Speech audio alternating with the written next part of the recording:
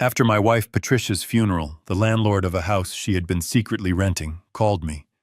His voice was low and urgent, trembling with a gravity that terrified me more than the grief I was already drowning in. He said, "I found something you really need to see, Mr. Foster. Come over now, and whatever you do, do not tell your daughter and her husband."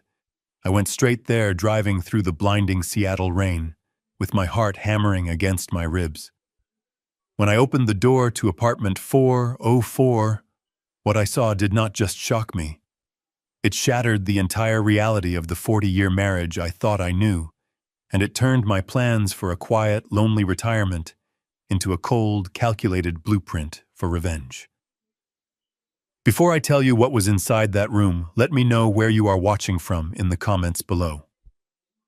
Hit like and subscribe if you have ever had to stand up to family members who mistook your silence for weakness. The rain in Seattle does not wash things clean. It just makes the grime slicker and the cold seep deeper into your bones. That is how I felt standing by the open grave of the only woman I had ever loved. Cold. So cold that I thought my blood had turned to ice. But the chill did not come from the weather. It came from the two people standing next to me. My daughter Melissa and her husband Brad stood under a large black umbrella, creating a dry island for themselves, while the drizzle soaked the shoulders of my old wool coat. I did not mind the rain. It felt appropriate. It felt like the sky was the only other thing in the world that understood that Patricia was gone. I stared at the mahogany casket, trying to summon a memory of her laugh, to block out the sound of the priest's monotone voice, but I could not focus. I could not focus because Brad was tapping his foot. It was a rhythmic, impatient tapping against the wet grass. Tap, tap, tap. I glanced sideways. Brad was not looking at the grave. He was looking at his phone, shielding the screen from the rain with his cupped hand. The blue light reflected in his glasses. He was checking the scores. I saw the flash of a sports betting app before he quickly slid the phone back into his pocket, catching my eye. He did not look ashamed. He looked annoyed. He leaned over to Melissa and whispered loud enough for me to hear over the sound of the rain falling on the casket. "This is taking forever," he hissed. "My Italian loafers are going to be ruined in this mud." "Do you know how much these cost?" Melissa did not shush him. She did not tell him to show some respect for the woman who had babysitted their children for free every weekend for 10 years. Instead, she sighed, shifting her weight. She checked her watch, a gold timepiece Patricia had given her for graduation. "I know," Melissa whispered back. "I just want to get to the reading of the will. Did Dad say anything to you about the life insurance policy yet? I need to know if it clears before the bank calls again on Monday." The words hit me harder than a physical blow. My wife was not even in the ground yet. The earth had not yet covered her, and they were already picking over her bones like vultures. I tightened my grip on the handle of my cane, my knuckles turning white. I wanted to scream. I wanted to tell them to leave, to get out of this sacred place and take their greed with them. But I said nothing. I had spent a lifetime saying nothing, letting Patricia be the peacemaker, the bridge between my stubborn silence and their endless demands. Now the bridge was gone, and I was staring into the abyss of their selfishness. As the ceremony ended, people began to disperse, murmuring generic condolences that meant nothing. Brad did not wait for me. He walked briskly toward his leased BMW, checking his shoes for mud spots. Melissa lingered for a second, but not to comfort me. She placed a hand on my arm, her touch light and devoid of warmth. "Dad," she said. I looked at her, searching for my little girl in the face of this 38-year-old stranger. I wanted her to say she missed her mother. I wanted her to cry. "Dad, where is the key to Mom's safety deposit box?" she asked. I stared at her. The question hung in the wet air between us. What I managed to croak out. My voice sounded rusty, unused. "The safety deposit box," Melissa repeated, a hint of impatience creeping into her tone. "Brad says the funeral costs are going to be way higher than we thought. Like $20,000. We need to access her accounts to cover it, so we do not have to dip into our own savings." You know things have been tight for us. $20,000 for a simple service and a plot we bought 20 years ago. I knew Brad was lying. I knew he was inflating the costs to pocket the difference. He had been a struggling real estate agent for a decade, always chasing the next big deal that never happened, always bleeding money into bad investments and gambling. "We can discuss this later, Melissa," I said, pulling my arm away. "Not here. Not now." "Fine," she snapped, pulling her coat tighter. "But don't take too long. We are coming over to the house to help you sort through things. You do not need to be alone in that big place with all that clutter." She turned and walked away, her heels sinking into the soft turf. I watched them drive off, leaving me standing alone with the gravediggers. I apologized to Patricia in a whisper. I told her I was sorry I had raised a daughter who could look at her mother's grave and see only a dollar sign. Then I got into my old Ford sedan and drove home, hoping for silence, hoping for just 1 hour to sit in Patricia's favorite chair and smell her perfume on the cushions. But silence is a luxury the poor cannot afford, and peace is something the greedy will never grant you. When I turned onto my street, the street where Patricia and I had lived for 40 years, my heart stopped. There was a truck parked in my driveway. A massive yellow truck with the words 1-800-GOT junk painted in bright blue letters on the side. I slammed on the brakes, the tires skidding on the wet asphalt. My front door was wide open. 2 men in uniforms were hauling furniture out of my house. Not just any furniture. They were carrying Patricia's sewing table. The table where she had mended Melissa's dresses, where she had made the curtains for our first apartment, where she had spent countless evenings humming along to the radio. They tossed it into the back of the truck like it was garbage. I heard the wood crack. "No!" I screamed, scrambling out of the car. I forgot my cane. I forgot the arthritis in my knees. I ran toward them, fueled by a rage so pure it felt like gasoline in my veins. "Stop! What are you doing? Put that down." One of the workers looked up, surprised, holding a box of Patricia's knitting yarn. "We have a work order, sir," he said, looking confused. "The owner said to clear out the first floor." "I am the owner," I roared. "Get away from my things, Bill. Calm down, you are going to give yourself a heart attack." Brad walked out of my front door. He was holding a beer. My beer. He was wearing his suit pants but had taken off his jacket and rolled up his sleeves, looking like a man who had just finished a hard day's work of destroying someone else's life. "What is this, Brad?" I demanded, my breath coming in short, painful gasps. "Why is there a junk truck in my driveway? Why are they taking Patricia's things?" "We are helping you, Bill," Brad said, taking a sip of the beer. He spoke slowly, condescendingly, as if explaining quantum physics to a toddler. "Melissa and I talked about it. It is too depressing for you to be surrounded by all this stuff. You need a fresh start. Feng shui, you know. We need to clear out the negative energy." "Negative energy?" I pointed a shaking finger at the truck. "That is my wife's life. That is my life. You have no right." "Actually, we do." Melissa's voice came from the doorway. She was holding a stack of Patricia's vintage fashion magazines, dumping them into a recycling bin. "Mom would not want you living in a museum, Dad. She would want you to move on. Besides, Brad and I are moving in tonight." I froze. The rain was coming down harder now, soaking through my funeral suit, but I barely felt it. "What did you say?" I whispered. "We gave up our apartment," Melissa said, not looking at me.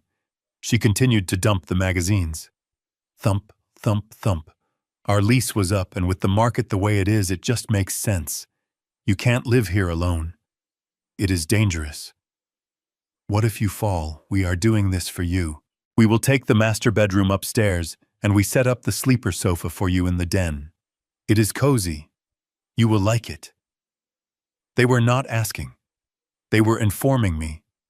They had planned this. While I was sitting by Patricia's hospital bed, holding her hand as she took her last breath, They were terminating their lease. While I was picking out a casket, they were scheduling a junk removal truck. I looked at Brad. He was smirking a subtle, arrogant twist of his lips that said he knew he had won. He knew the house was in both our names, but with Patricia gone, he assumed I was too weak, too old, and too broken to fight back. He saw me not as a father-in-law, but as a tenant he could evict from his own life. "Get the truck out of here," I said, but my voice lacked the power it had moments ago. The shock was setting in. "Bill, be reasonable," Brad said, stepping closer, invading my personal space. "The truck is already paid for, non-refundable. If we send them away, that is $500 down the drain. Do you have $500 to waste? Because I know your pension is not exactly generous." He patted my shoulder. It was a heavy, patronizing pat. "Go inside, get dry. We will handle the heavy lifting. You just relax, you are retired, remember? Let the younger generation take charge." He turned back to the movers. "Keep going, guys. Everything in the living room goes, except the flat screen. We will keep that." I stood there in the rain watching them. I watched a stranger carry out the velvet armchair Patricia used to read in. I watched them toss a box of her porcelain figurines, the ones she collected from every state we visited, into the crusher. I heard the sound of shattering ceramic. It sounded like my heart breaking all over again. I wanted to fight them. I wanted to grab a shovel and chase them off my property. But a wave of exhaustion hit me so hard I nearly collapsed. I was 68 years old. I was a retired structural engineer who had spent his life building things that stood strong against the wind and the earth, but I had failed to build a family that could withstand the rot of greed. I walked past Brad, ignoring his victorious grin. I walked past Melissa, who was busy directing the movers to be careful with the walls. I walked into my house, which now echoed with the boots of strangers. It smelled of wet cardboard and impending loss. I retreated to the small den at the back of the house. This was the room they had designated for me. My new cage. It was cramped, smelling of stale dust. They had already moved my things in here, a few boxes of clothes, my old radio, and a picture of me and Patricia from our honeymoon. I sat on the lumpy sleeper sofa and put my head in my hands. The walls felt like they were closing in. I could hear them in the living room laughing. Brad was making a joke about how much space they would have for a pool table once the dining set was gone. They thought I was defeated. They thought I was just a senile old man who would fade into the background, signing checks and cooking dinner until I finally did them the favor of dying. And sitting there in the dark, listening to the rain hammer against the window, I almost believed them. I almost believed that this was it. That this was how my story ended. A sad, pathetic footnote in the lives of two selfish narcissists. But then I felt a vibration in my pocket. It was Patricia's phone. I had kept it charged, unable to bring myself to turn it off. I pulled it out. The screen was glowing in the dim light. Unknown caller. I stared at it. Who would be calling Patricia? Her friends knew she was gone. The doctors had stopped calling. I swiped the screen and held the phone to my ear, not saying a word.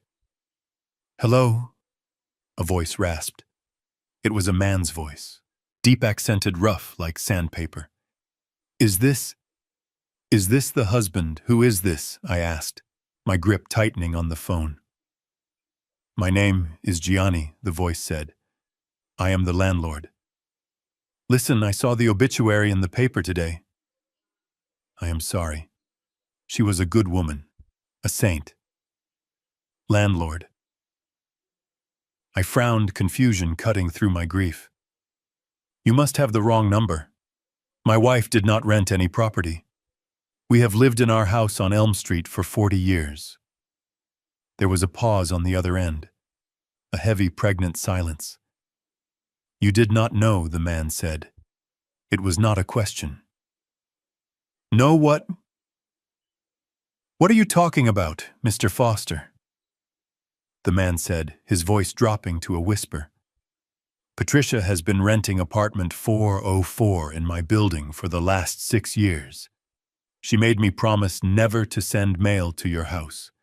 She paid in cash, every month, on the 1st. I sat up straight, the blood rushing in my ears. Apartment. 6 years. My Patricia. The woman who told me she was going to the library or the community center or to have coffee with friends. The lease expired today, Gianni continued. I was going to pack up her things, but I found something. I found a lot of things. And there is a letter here with your name on it, taped to a box. It says, "For Bill, only for Bill." I stood up. The fatigue was gone, replaced by a sudden, sharp adrenaline. "Where are you?" I asked. "I am at the Overlook Apartments, on 4th and Main. You know the place. I knew it. It was in Chinatown, a rough neighborhood, not the kind of place Patricia would ever go." "I am coming," I said. "Wait," Gianni said sharply. "One more thing. This is important. Do not tell your daughter. Do not tell that husband of hers." Patricia was terrified of them finding out about this place.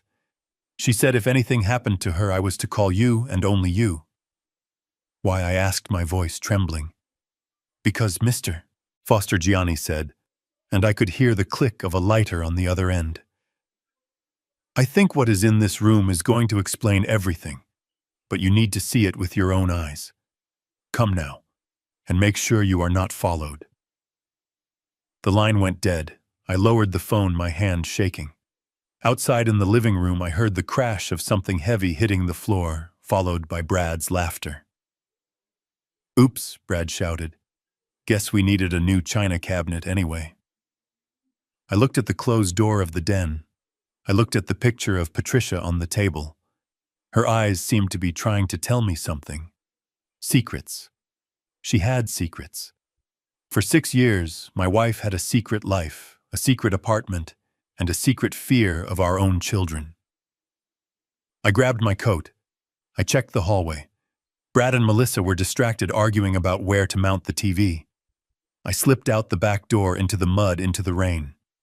I did not take my car. Brad would hear the engine. I walked 2 blocks to the bus stop, blending into the shadows, a ghost in my own neighborhood. I was not just a grieving widower anymore. I was a man on a mission. And as the bus rumbled toward downtown, carrying me toward a truth I was not sure I could handle, I realized one thing. The funeral was over, but the reckoning was just beginning. The springs of the old sleeper sofa dug into my back like the bony fingers of a ghost, refusing to let me rest. I lay there in the dark, staring at the ceiling of the den, a room that used to be my sanctuary. For 20 years, this was the place where I read my engineering journals, where I smoked the occasional cigar, while Patricia knit in the corner, and where I felt like the master of my own castle. Now, with the door shut, and the air heavy with the smell of stale dust and neglect, it felt less like a room and more like a holding cell. The house was silent, but it was not the peaceful silence of the past. It was a hostile silence, the kind of silence that holds its breath before a scream. I shifted my weight, trying to find a comfortable position between the metal bar of the frame and the lumpy mattress. But comfort was a memory I left behind at the graveside. My body ached, not just from the arthritis that the rain always aggravated, but from a profound, bone-deep exhaustion that sleep could not touch. Above me, the floorboards creaked.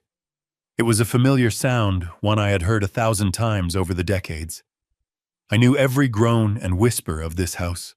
I knew that the 3rd step on the staircase squeaked in humid weather. I knew the radiator in the hallway hissed at exactly 2 in the morning. But the footsteps pacing back and forth in the master bedroom, directly above my head, did not belong to the rhythm of this house. They were heavy, agitated, and foreign. They belonged to Brad. My son-in-law was walking on the floor where I used to dance with my wife on our anniversaries. The thought made bile rise in my throat. I squeezed my eyes shut, trying to block out the image of him and Melissa moving their things into the closet, where Patricia's dresses still hung, pushing her scent out to make room for their ambition. I needed water. My throat felt like I had swallowed a handful of the cemetery dirt. I sat up the old sofa groaning in protest and swung my legs onto the cold, hardwood floor. I did not turn on the lamp. I did not want to see the boxes of my life stacked haphazardly in the corner like garbage awaiting pickup. I navigated the room by memory, my hand trailing along the wall for balance. I opened the door to the hallway and froze. The house was dark, but a sliver of light cut across the top of the stairs coming from the master bedroom door, which had been left slightly ajar. I should have gone to the kitchen. I should have poured myself a glass of tap water and retreated to my cage. But then I heard my name. He is finally asleep. Melissa's voice drifted down the stairs. It was not the voice of the little girl I used to carry on my shoulders at the zoo. It was a voice stripped of all softness, sharp and transactional. I stood at the bottom of the stairs, my hand gripping the banister so hard my knuckles popped. I became a statue in the shadows, a ghost haunting his own home. "Are you sure?" Brad asked, his voice lower, but carrying that arrogant tone that always made my skin crawl. "Old people sleep light, especially when they are playing the victim." "He is out cold," Melissa replied. I heard him snoring. "God, that sofa smells terrible. We need to throw that out too once he is gone." "Once he is gone." The words hung in the air, heavy and final. I held my breath, my heart hammering against my ribs like a trapped bird. I took a step up. Just one. The carpet muffled my bare foot. I needed to hear this. I needed to know the depth of the hole they were digging for me. "So did you look at the brochures I sent you?" Brad asked. The sound of a drawer opening and closing followed. I imagined him rummaging through my nightstand looking for watches or cufflinks to pocket. "I did," Melissa sighed. "The one in Sunnyvale looks okay. They have a garden." "Sunnyvale?" Brad scoffed. "Are you crazy, Mel? Do you know how much Sunnyvale costs? $4,000 a month. $4,000. That eats up his entire pension and Social Security, plus we would have to chip in. We are not doing that. We need that cash flow for the renovation if we want to flip this house by summer." Flip the house. My house. The house I built the deck for with my own 2 hands. The house Patricia loved. They were not planning to live here and care for me. They were planning to paint over our memories and sell them to the highest bidder. "Well, what about the other one?" Melissa asked, sounding defensive. "The Shady Pines place." "Now you are talking," Brad said. "I made a call today while you were crying at the grave. I got us a deal. $500 a month. It is a state-subsidized facility." 500, Melissa sounded doubtful. "That seems really low, Brad. Is it clean?" "It is a roof and a bed," Brad snapped. "Look, your dad is confused. He is old. He won't know the difference between the Ritz-Carlton and a Motel 6 in a few months. The guy on the phone said they specialize in difficult cases. And let's be honest, Bill is going to be difficult. He is stubborn. He thinks he is still the man of the house. We need a place that can handle that." I felt a cold sweat break out on my forehead. Shady Pines. I knew that place. I had read about it in the local paper a year ago. There was an investigation. Reports of bed sores, medication errors, and elderly patients left sitting in their own waste for hours. It was not a care facility. It was a warehouse for the forgotten. "But Dad isn't senile," Melissa said, her voice dropping. "He is just grieving. Maybe we should wait a few months. Let him stabilize." "We don't have a few months."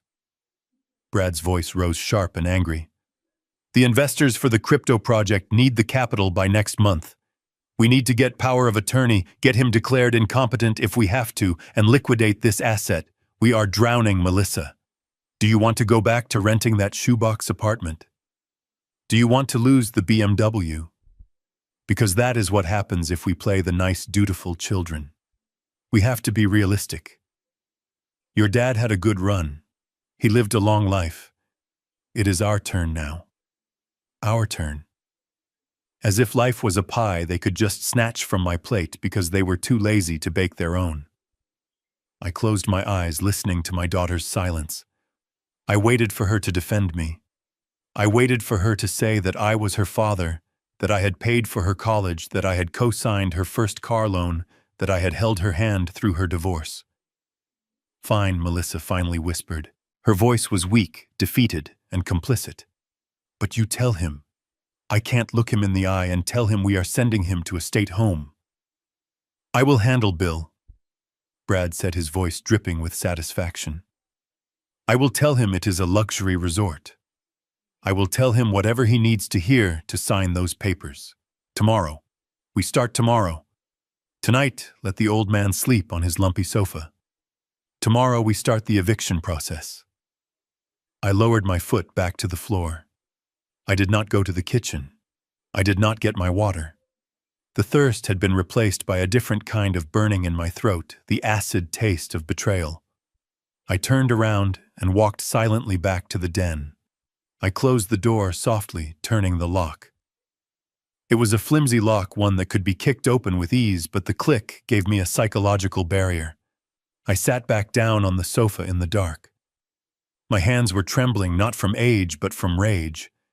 I looked at the moonlight filtering through the dusty blinds. They thought I was a problem to be solved. They thought I was a lingering debt to be written off.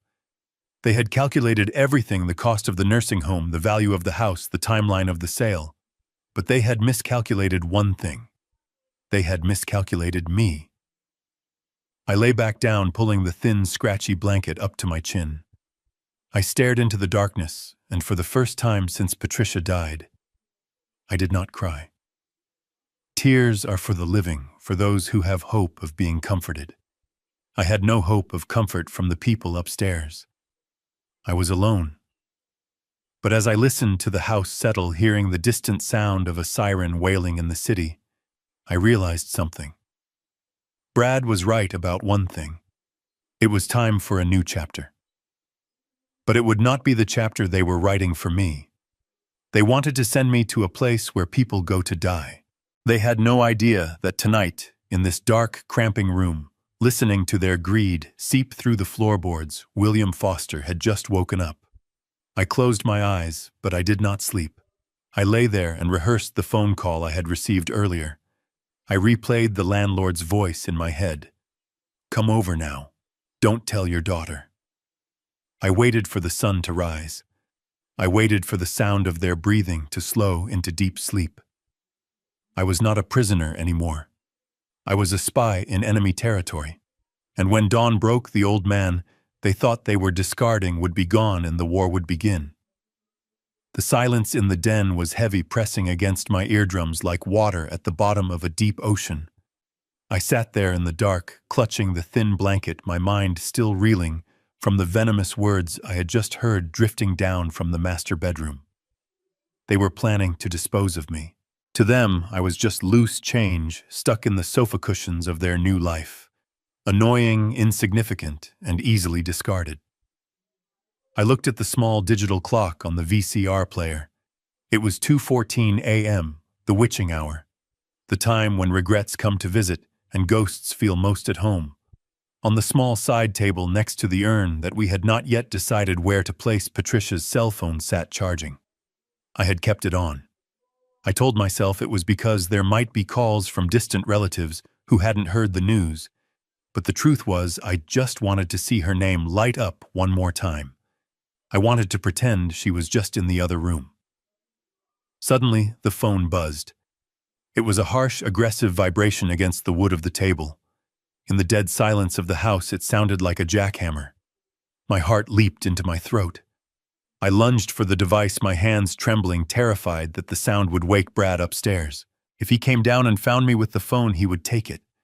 He would say I was being morbid, or worse, he would want to check her banking apps again. I grabbed the phone and stared at the screen. The blue light was blinding in the darkness.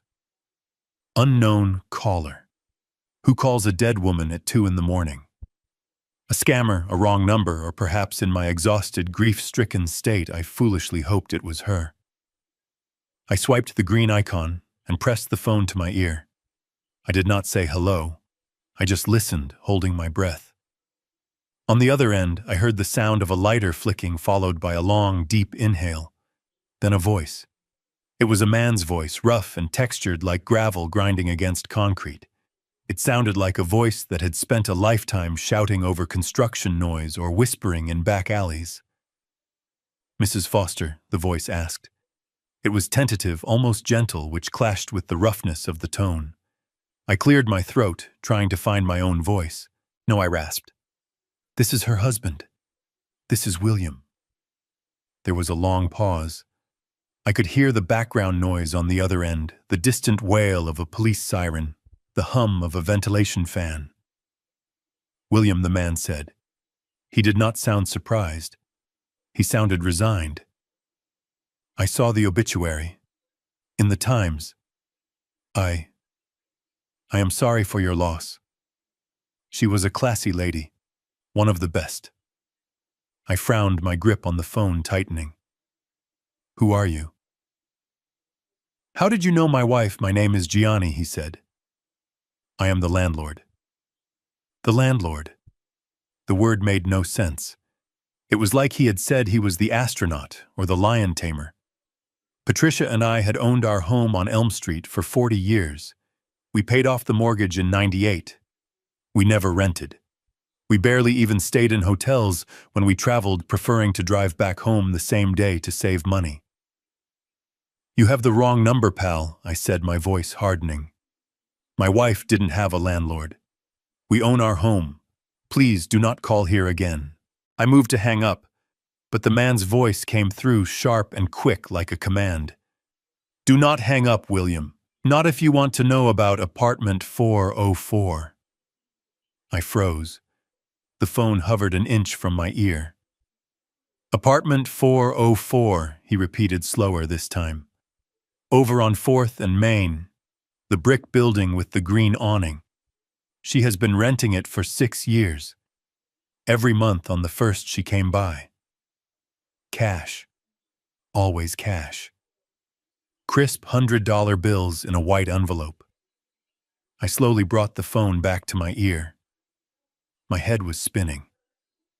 6 years cash. We lived on a fixed income. My pension was modest. Patricia's Social Security was peanuts. We clipped coupons. We bought generic brands. Where would she get hundreds of dollars a month for an apartment in the city, and why? "You are lying," I whispered, but the conviction was draining out of me. "I wish I was," Gianni said. He sounded tired. "Listen, the lease expired yesterday. I went in to check the place to see if I needed to pack her stuff, and William. You need to see this." "See what I asked?" "What is in there, I can't explain it over the phone," he said. "You wouldn't believe me if I told you. But there is a box on the table. It has your name on it. Just your name." A chill ran down my spine that had nothing to do with the drafty room. A box with my name. "Why are you calling me now?" I asked. "Why didn't she tell me?" "I don't know," Gianni said. "She was private, very private. She made me swear on my mother's grave that I would never send mail to your house. She was afraid." "Afraid? Afraid of what? Of me?" "No, not you," Gianni said, and his voice dropped an octave, becoming conspiratorial. "She was afraid of the vultures." The vultures. My eyes drifted upward to the ceiling toward the master bedroom, where my daughter and son-in-law were sleeping after plotting to sell my home. She told me, Gianni continued, that if anything ever happened to her, I was to call you. But she gave me a strict warning. She said, "Gianni, if Bill comes, tell him to come alone. Do not let Melissa know. Do not let that husband of hers know. Especially him." The mention of their names spoken by a stranger in the middle of the night shattered my last defense. This was real. This man knew my family. He knew the dynamic. He knew the fear that Patricia had apparently been living with for 6 years, a fear I had been too blind to see. "Where is it?" I asked. The Overlook Apartments, he said. 4th and Main. Apartment 404. I am here now. I will wait for you. But William, come now. I don't know how long I can keep this quiet. If the state finds out she had assets here, probate gets involved. You need to get here before the sun comes up. I looked at the door of the den. I looked at the hallway that led to the back door. I thought about my cane. I thought about the rain. I thought about the fact that I was 68 years old and supposed to be mourning. But curiosity is a powerful antidote to grief. And anger. Anger is a powerful fuel. I will be there in 30 minutes, I said. Good, Gianni said. Knock 3 times. And William, watch your back. The line went dead. I lowered the phone and sat there for a moment listening to the silence of the house. It felt different now. 10 minutes ago, I was a victim trapped in a cage. Now I was a man with a secret. Patricia had a life I didn't know about, a life she hid from me. Was it an affair? The thought stung, but I pushed it away. Patricia loved me. I knew that in my marrow. If she hid something, she did it for a reason. And if she hid it from Brad and Melissa, then whatever was in that apartment was a weapon. And I needed a weapon. I stood up. My knees popped, but the pain felt distant. I did not turn on the light. I felt my way to the chair where I had draped my damp coat. I slipped it on. It was still cold and smelled of the graveyard, but I didn't care. I grabbed my cane. I grabbed Patricia's phone and shoved it into my pocket. I opened the den door, moving slower than I ever had in my life. I crept into the hallway. The floorboards settled under my weight. I held my breath. Upstairs, I heard a toilet flush, then footsteps. Brad. I froze in the shadow of the staircase. If he came down for a glass of water, if he saw me dressed and ready to leave at 2:30 a.m., it would be over. He would stop me. He would question me. He would find out. I pressed myself against the wall, merging with the darkness. The footsteps paused at the top of the stairs. I could hear him breathing. I could almost smell his arrogance. Then the footsteps turned back. A door closed. The bed springs creaked upstairs. I let out a breath I didn't know I was holding. I moved to the back door, unlocked the deadbolt with agonizing slowness, click, click, click, and stepped out into the night. The rain had turned into a mist. The streetlights created halos in the fog. I didn't look back at the house. I walked toward the main road to catch the night bus, clutching the address in my mind like a lifeline. 4th and Main. Apartment 404. Whatever was waiting for me there was either going to destroy me or save me. And as I limped through the wet darkness, I had a strange feeling that Patricia was walking right beside me, whispering, "Go get them, Bill. Go get them." The brass deadbolt was cold under my fingers, a stark contrast to the clammy sweat that had broken out on my palms. I turned the lock millimeter by millimeter, praying to a God I hadn't spoken to since the funeral that the old mechanism would not screech. The house was silent, but it was a deceptive silence, the kind that amplifies every heartbeat and every creak of a floorboard. Click. The sound was barely a whisper, but to my heightened senses, it sounded like a gunshot echoing through the hallway. I froze my hand, still gripping the knob, my eyes darting toward the ceiling. I held my breath, waiting for the thud of heavy footsteps, waiting for Brad's voice to boom down the stairs, demanding to know what I was doing. 5 seconds passed, then 10. The only sound was the rhythmic hum of the refrigerator and the wind battering the siding outside. They were still asleep. I pushed the door open just wide enough to slip my body through. The night air hit me like a physical blow, wet and biting, carrying the scent of damp pine and decaying leaves. I stepped out onto the small wooden porch, closing the door behind me with the precision of a bomb defusal expert. As the latch clicked into place, I realized I had just locked myself out of the home I had built, but strangely, I did not feel fear. I felt the first stirring of liberation. I navigated the backyard by memory, avoiding the loose paver stone near the rose bushes that always clattered when stepped on. The rain had turned the lawn into a sponge. My cane sank deep into the mud with every step making a sucking sound that made me wince. I kept to the shadows, hugging the perimeter of the fence, terrified that the motion sensor floodlight over the garage would trigger. If that light went on, it would illuminate the yard like a prison break. I moved with a painful, awkward urgency, my arthritis flaring in the damp cold, shooting spikes of fire through my knees. But pain was irrelevant now. Pain was just a reminder that I was still alive and capable of moving. I reached the side gate and unlatched it, slipping out onto the sidewalk. The street was deserted. Under the orange glow of the streetlights, the familiar neighborhood looked alien and hostile. The houses of neighbors I had known for decades were dark, their windows like unblinking eyes watching my escape. I pulled my collar up against the drizzle and began the 3-block trudge to the bus stop on the main avenue. I could not take the car. The sound of the engine starting would have been a siren song to Brad. I had to do this the hard way, the invisible way. A dog barked somewhere in the distance, making me jump, but I kept my head down, focusing on the rhythm of my cane hitting the pavement. Click, step, drag. Click, step, drag. I felt like a fugitive, a criminal fleeing the scene of a crime, but the only crime I had committed was trusting the wrong people with my heart. By the time I reached the bus shelter, my chest was heaving and my legs were trembling from the exertion. I collapsed onto the metal bench, checking the time on Patricia's phone. It was 2:48 a.m. The night bus to downtown was due in 4 minutes. When the bus finally rounded the corner, its headlights cutting through the fog, I felt a surge of relief so profound it nearly brought me to tears. The doors hissed open, and I climbed aboard, fumbling for the change I had scraped together from my coat pockets. The driver, a heavy-set man with tired eyes, looked me up and down. He took in my mud-splattered shoes, my wet hair, and the cane.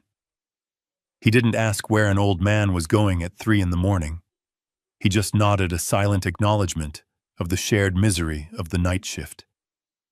I moved to the back of the bus and sat by the window. As the vehicle lurched forward, I watched my neighborhood disappear into the rain-streaked darkness. I was leaving behind the safety of the known for the danger of the truth. My hand went to my pocket, clutching the piece of paper with the address. Overlook Apartments, apartment 404. I closed my eyes and let the vibration of the engine settle into my bones. There was no turning back now. The William Foster who signed checks and kept the peace was gone.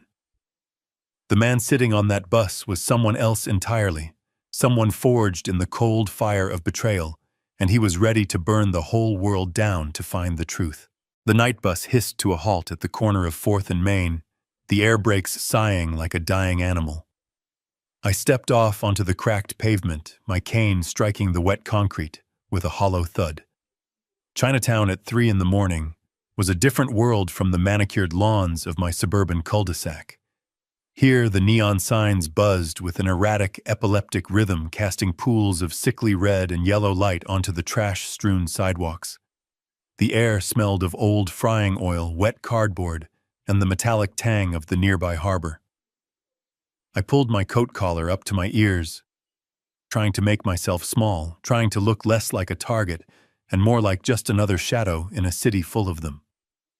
I looked up at the building in front of me. The Overlook Apartments. The name was a cruel joke. It did not overlook anything but a grimy alleyway and a dumpster overflowing with restaurant waste. It was a brick monstrosity that had likely been condemned twice and ignored 3 times. The windows were grime-streaked eyes, some boarded up with plywood, others glowing with the blue light of televisions that never turned off. Graffiti crawled up the lower walls like a colorful fungus. My heart sank. This was where Patricia came. My Patricia, who ironed her bedsheets and wouldn't leave the house without a pearl necklace, the idea that she would voluntarily step foot in this decaying tomb once a month for 6 years seemed impossible. I checked the slip of paper again, hoping I had misread the address, but the ink hadn't changed. I approached the entrance. The glass of the front door was cracked, held together by yellowing tape. A figure detached itself from the shadows of the vestibule. I gripped my cane, ready to swing, my old muscles tensing. "Mr. Foster," the figure rasped. It was the voice from the phone. I squinted into the gloom. A man stepped forward into the harsh light of a flickering street lamp. Gianni looked exactly like his voice sounded. He was short, but built like a fire hydrant, with a face that looked like it had been carved out of granite with a dull chisel. He wore a faded army jacket and a flat cap pulled low over eyes that were surprisingly kind. He wasn't holding a weapon. He was holding a ring of keys. "You look like hell, William," he said, not unkindly. "I feel like it," I replied, my voice steady despite my racing heart. "Is this the place?" Gianni nodded and spit on the ground. "This is the shell. The pearl is inside. Follow me. And watch your step on the 3rd-floor landing. The wood is rotter than a politician's promise." He unlocked the door, and we stepped into a lobby that smelled of boiled cabbage and stale cigarette smoke. The elevator had an out-of-order sign that looked like it had been taped there during the Reagan administration. We took the stairs. The climb was brutal on my knees, a slow, agonizing ascent through layers of smells and sounds. On the 2nd floor, a dog barked aggressively behind a thin door. On the 3rd floor, a couple was arguing in a language I didn't understand. "Why here?" I asked, pausing to catch my breath on the landing, my hand clutching the sticky banister. "Why would she choose this place? Because nobody looks for treasure in a landfill," Gianni said over his shoulder. "Your wife was smarter than both of us combined, William. She knew that the best place to hide something valuable is inside something ugly." We reached the 4th floor. It was quieter here, the air still and heavy. We walked down a long, dimly lit corridor until we reached the end. Apartment 404. The door was different from the others. It wasn't cheap particle board. It was solid steel, painted to look like wood, with 3 heavy-duty deadbolts lined up like brass soldiers. Gianni stopped. He looked at me, his expression solemn. "Are you ready?" he asked. I nodded, though I wasn't. He turned the keys. 1, 2, 3 clicks. 3. He pushed the heavy door open and stepped aside to let me pass. I stepped across the threshold and stopped dead. I thought I had walked into a portal. I thought I had stepped out of Seattle and into a different century. The smell hit me first. It wasn't cabbage or garbage. It was the rich, intoxicating scent of lemon oil, beeswax, old paper, and lavender. Patricia's smell. The room was not an apartment. It was a sanctuary. The dirty windows were covered with heavy velvet blackout curtains that completely sealed off the grim reality of the street outside. The walls were lined floor to ceiling with custom-built mahogany shelves filled with books, hundreds of them, on art history, metallurgy, and horology. In the center of the room stood a massive workbench made of solid oak, illuminated by a high-end magnifying lamp that cost more than my first car. But it was what was on the shelves and the tables that made my knees give out. Clocks. Dozens of them. Intricate gilded French mantel clocks from the 18th century. German cuckoo clocks with carvings so delicate they looked like lace. A grandfather clock in the corner that looked like it belonged in a museum. And jewelry. Trays of it. Not the costume jewelry she wore at home, but heavy antique pieces, emeralds missing settings, gold chains waiting to be repaired, silver brooches black with tarnish waiting for her touch. "My God," I whispered. "She wasn't just renting a room," William Gianni said softly, closing the door behind us and locking the world out. "She was working. She was one of the best restoration experts on the West Coast. Dealers from San Francisco to Vancouver sent her their hopeless cases. They knew her as the ghost. They never met her. They just sent the broken pieces to a P.O. box, and 3 weeks later, they got back a masterpiece. I walked over to the workbench. Her tools were laid out with surgical precision. Tiny tweezers, screwdrivers the size of needles, jars of solvents labeled in her neat looping handwriting. There was a half-finished job on the vise, a pocket watch, that looked like it had been crushed. She had been piecing the gears back together.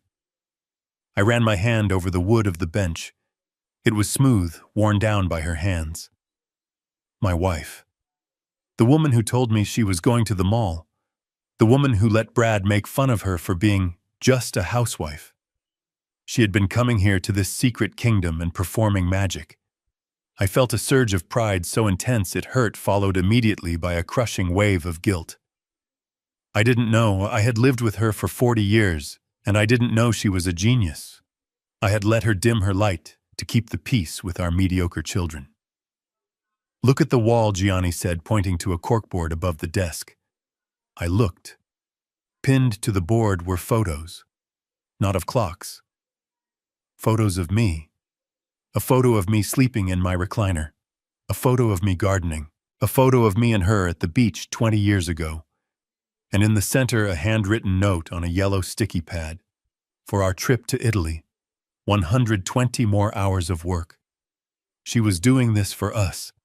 She was slaving away in this hidden room, breathing in solvent fumes, fixing broken things, so she could fix our broken retirement. I turned to Gianni, tears streaming down my face. "She did all this." "Alone," Gianni nodded. "She didn't want you to worry. And she didn't want them to take it. She told me once, 'Gianni, if I bring this money home, Brad will find a way to invest it in a swamp and Melissa will buy a boat. This is for Bill. Only for Bill.'" He walked over to a small safe in the corner of the room. He spun the dial. "She changed the combination last week," he said. "It is your birthday." He pulled the heavy door open. Inside there were stacks of papers, a thick ledger, and the iPad he had mentioned on the phone. But what caught my eye was a simple shoebox wrapped in brown paper sitting on top of the cash. Written on the paper in black marker were 3 words. "Start living, Bill." I reached for the box. My hands were shaking so bad I almost dropped it. I untied the string. Inside, nestling on a bed of velvet, was a watch. It was a Patek Philippe, vintage, gold, restored to perfection, and next to it, a bank book. I opened the book. The numbers blurred in my vision. Deposits, monthly deposits, 5,000, 8,000, 12,000. The final balance at the bottom of the page was not a number my brain could comprehend. $3.2 million. I gasped, clutching the edge of the workbench for support. The room spun. The smell of lavender became overwhelming. "She was rich," I whispered. "We were rich." "She was rich," Gianni corrected. "But she lived like a pauper because she was terrified of her own children. That is the tragedy, William. She built this empire in the shadows so the sun wouldn't burn it down." He picked up the iPad and handed it to me. "But the money isn't the weapon, William. This is."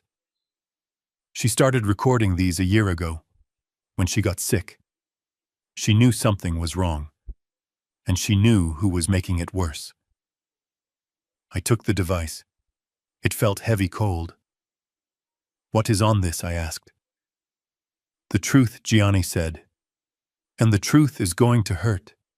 But it is the only thing that can set you free. Watch the last one. The one dated 2 days before she died." I sat down on the stool where Patricia had spent thousands of hours. I looked around this magnificent hidden world she had created amidst the squalor of Chinatown. I realized then that my wife was not just a victim. She was a grandmaster playing a long game, and she had just passed the pieces to me. I pressed the power button. The screen lit up. Patricia's face appeared. She looked tired, pale, but her eyes were fierce.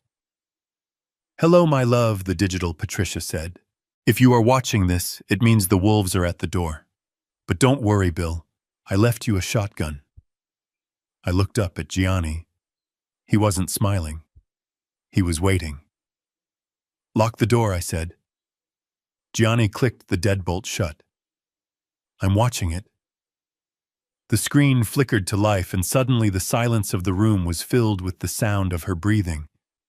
It was not the shallow, rattled breathing of her final days in the hospital, the sound that had haunted my nightmares for the past week.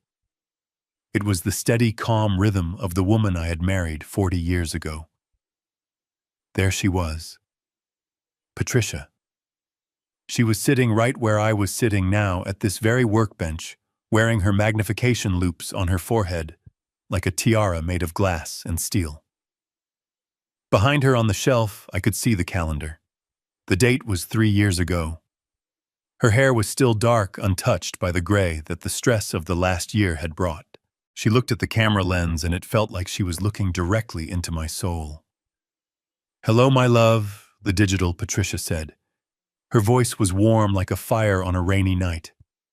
If you are watching this, it means I am gone. And if you are watching this, it means Gianni kept his promise. I hope you are sitting down, Bill. I know you. You are probably standing there with your cane trying to be strong, trying to figure out the structural integrity of this situation, because that is what you do. You fix things, but you cannot fix what is about to happen. You just have to witness it. I reached out and touched the cold glass of the iPad, tracing the line of her cheek. My throat was so tight, I could barely breathe. She adjusted the camera, her hands moving with the grace I had seen her use to chop vegetables or fold laundry, but here her hands were holding a screwdriver the size of a needle.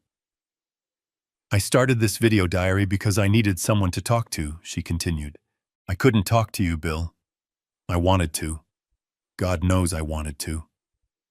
But you are too good.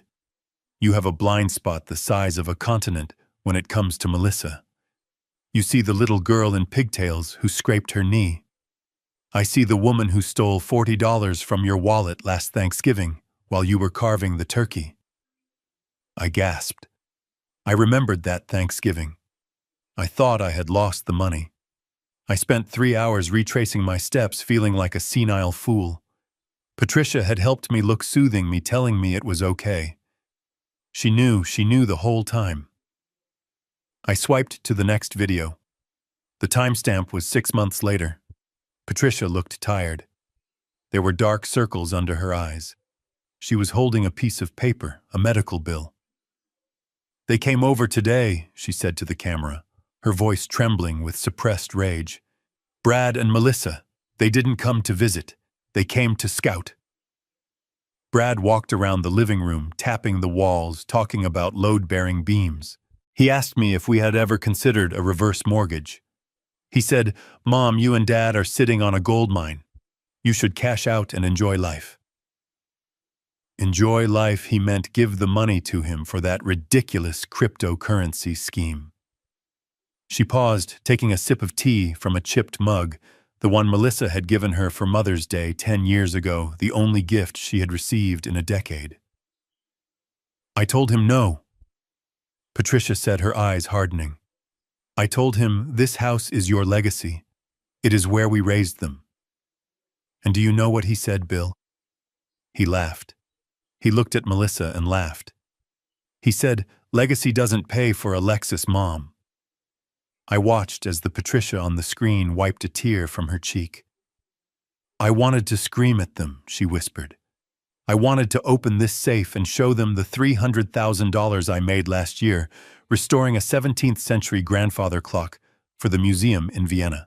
I wanted to throw the money in their faces and scream, is this enough legacy for you? But I didn't. Because if they knew Bill, if they knew I was the ghost, the mysterious restorer that the auction houses bid wars over, they wouldn't love me. They would consume me. They would pick my bones clean before my body was even cold. The ghost. The name echoed in the room. I looked around at the clocks ticking softly on the shelves. My wife was a legend in a world I didn't even know existed. While I was worrying about the electric bill, she was saving masterpieces. I clicked on another video. This one was dated last winter, the night of the blizzard. I remembered that night. The heating system had failed. The house was freezing. I had called Brad because he had a friend in HVAC. Remember the heater, Bill? Patricia asked the camera. She was wrapped in a shawl, shivering slightly in the recording. You called Brad. You begged him for help. He told you his truck was stuck in the snow. He told you to pile on blankets, and he would come in the morning. She leaned closer to the lens, her expression cold and terrifying. I tracked his phone bill. I installed the family locator app on his phone when he was drunk at Christmas. He wasn't stuck in the snow. He was at a bar. He was at the Rusty Anchor watching the playoffs. He sat there drinking beer and eating wings while his 65-year-old parents froze in their own home. I felt a wave of nausea wash over me. I remembered huddling with her under 3 quilts that night, rubbing her cold hands, feeling like a failure, because I couldn't keep my wife warm. And he was drinking beer. That was the night I raised my rates, Patricia said, her voice turning to steel. The next morning, I took a job restoring a Faberge egg for a private collector in Dubai. I charged him double, and I put every cent of that $50,000 into the account. Not for us. For you. Because I realized that night, Bill, that when I am gone, there will be no one to keep you warm. They will leave you to freeze. So I am building you a fire made of money. I sobbed, a raw guttural sound that tore out of my chest. She was protecting me. All those hours she spent at the library or volunteering, she was here under these lights, ruining her eyesight to build a fortress around me. I swiped again. The videos were becoming painful to watch, but I couldn't stop. It was like pulling shrapnel out of a wound. This one was from 3 months ago. Patricia looked frail. Her skin was pale, papery. She was holding a bottle of pills. My heart stopped. It was her heart medication. They are doing it again, she said. Her voice was a whisper now. I noticed my pills looked different. The generic brand. But the bottle says the brand name. I called the pharmacy. They said they dispensed the correct ones. But these are chalky. She held the pill up to the camera. I think Melissa is swapping them, Bill. I think she is taking my medication to use or sell and replacing it with cheap supplements. I feel it in my chest. The palpitations are getting worse. I asked her about it yesterday. She told me I was crazy. She told me I was getting senile like you. She said, Mom, you are forgetting things. Just take your pills and stop complaining. The Patricia on the screen began to cry, her composure finally breaking. I am scared, Bill. I am scared of my own daughter. I am sitting here in a room full of millions of dollars of inventory, and I am afraid to eat the food she brings over. I am afraid to sleep when she is in the house. I should tell you. I know I should. But if I tell you, you will confront them. And Brad is dangerous, Bill. He is desperate. If he knows, we know he might hurt you. And I can't risk that.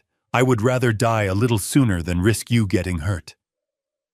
I slammed my fist onto the workbench. The pain shot up my arm, but it was nothing compared to the rage exploding in my brain. They were killing her. They were slowly, systematically killing my wife to accelerate their inheritance. And she took it. She absorbed their poison to keep me safe. I watched the final video. It was dated 2 days before the heart attack that took her. She was wearing her favorite blue dress. She had done her hair. She looked like she was ready for church. This is it, Bill, she said softly. I can feel it. My arm has been numb all morning. I am not going to the hospital. Not yet. I need to finish the mechanism on the Swiss railway clock. It is the last piece. She smiled a sad, heartbreaking smile. There is a letter in the safe. It explains how to access the offshore accounts. It explains how to contact the auction houses. They know me as P. Vance. They don't know I am a woman. You will have to handle that surprise. She leaned in and kissed the camera lens. Don't let them have the house, Bill. Burn it down if you have to, but don't let them have it. And don't let them have you. You are William Foster. You built skyscrapers. You built bridges. You are the strongest man I know. Stop being a father to them. They stopped being your children a long time ago. Be the man I fell in love with. Be the man who fights. She took a deep breath. I love you, Bill. I will be waiting for you. But take your time. Go to Italy. Go to the Amalfi Coast. Drink the wine we talked about. Sit by the ocean. And when you look at the sunset, know that I am sitting right there with you, finally resting. The screen went black. I sat in the silence of the room, the tears drying on my face, turning into a tight mask on my skin. The grief was still there, a heavy stone in my gut, but around it something else was growing. Something hot and hard and sharp. I looked at the clocks on the wall. They were all ticking in unison. Tick, tock, tick, tock. It sounded like a countdown. I looked at the safe. I looked at the ledger. $3.2 million. They thought I was a senile old man. They thought I was a burden. They thought they could swap my wife's pills and sell my home and throw me into a warehouse to rot. I stood up. I picked up the iPad and slid it into my coat pocket. It felt heavy like a loaded gun. Patricia was right. I had spent 40 years building bridges, trying to connect people, trying to hold things together. But some things don't deserve to be fixed. Some things need to be demolished. I turned to Gianni, who was standing in the shadows, his cap in his hands, wiping his eyes. You saw it, I asked. I saw it. He nodded. Do you have a lawyer, I asked. A real one. Not a strip mall ambulance chaser like the one Brad uses. I want a shark. I want someone who can smell blood in the water from 3 miles away. Gianni smiled, a slow, grim smile that showed his gold tooth. I know a guy, he said. He represents the union. He eats guys like Brad for breakfast and spits out the bones. Call him, I said, grabbing my cane. And tell him to meet us. We have a party to prepare for. I looked one last time at the workbench at the half-finished pocket watch. I reached out and gently closed the vise. Work is over, Patricia, I whispered to the empty room. It is time for the eviction. My hand hovered over the last video file on the screen. The timestamp read October 14th, 2 days before the ambulance came, 2 days before my world ended. I pressed play, and the image of my wife filled the screen one last time. But this was not the Patricia I knew. This was a woman who was terrified, a woman who was looking over her shoulder, even in her own sanctuary. She was holding 2 orange prescription bottles up to the camera lens. Her hands were shaking so bad, the pills inside rattled like dry bones. Look closely, Bill, she whispered, her voice barely audible over the hum of the ventilation system. This bottle on the left is the one I picked up from the pharmacy. Digoxin, brand name. It is coded small and has a specific imprint. Now look at this bottle. This is the one I found in my nightstand drawer yesterday morning. She poured the pills from the second bottle onto the black velvet mat of her workbench. They looked similar, almost identical to the untrained eye. But Patricia was a restorer. She spent her life looking at the microscopic details of things. She zoomed the camera in. The imprint is wrong, she said, tears spilling onto her cheeks. And the texture is chalky. I analyzed a sample here in the lab. It is not heart medication, Bill. It is a cheap diuretic mixed with caffeine powder. It is poison. Not the kind that kills you instantly, but the kind that makes a weak heart work too hard until it just stops. I felt the bile rise in my throat. I gagged, clapping a hand over my mouth to stifle a scream. They were not just waiting for her to die. They were accelerating it. They were murdering her by inches, day by day, pill by pill. I checked the hidden camera I installed in the kitchen. Patricia continued wiping her face with the back of her hand. I saw him, Bill. I saw Brad. Tuesday night while you were watching the game, and I was in the bath. He was at the counter. He emptied my prescription into a Ziploc bag and filled the bottle with these fakes. And Melissa, she was standing right there. She asked him if he was sure it would look natural, and he said, "It will just look like her heart gave out. Old engines fail, babe. Old engines fail." The video ended. The screen went black, leaving me staring at my own reflection. A reflection of a man who had slept under the same roof as monsters. A man who had let those monsters carry his wife's casket. A man who had poured coffee for his son-in-law this morning, the same hands that had swapped the life-saving medicine for poison. The grief that had been weighing me down for a week, the heavy suffocating blanket of sadness, suddenly evaporated. In its place, something else rushed in. It was hot, white, and blinding. It was a rage so pure, so absolute, that I felt my vision sharpen. The arthritis in my knees, the fatigue in my back, the tremors in my hands. It all vanished. I stood up. I did not need the cane. I picked it up and smashed it against the workbench. The wood splintered with a crack that sounded like a gunshot in the quiet room. "They killed her," I said. My voice did not sound like mine. It sounded like grinding metal. Gianni stepped out of the shadows.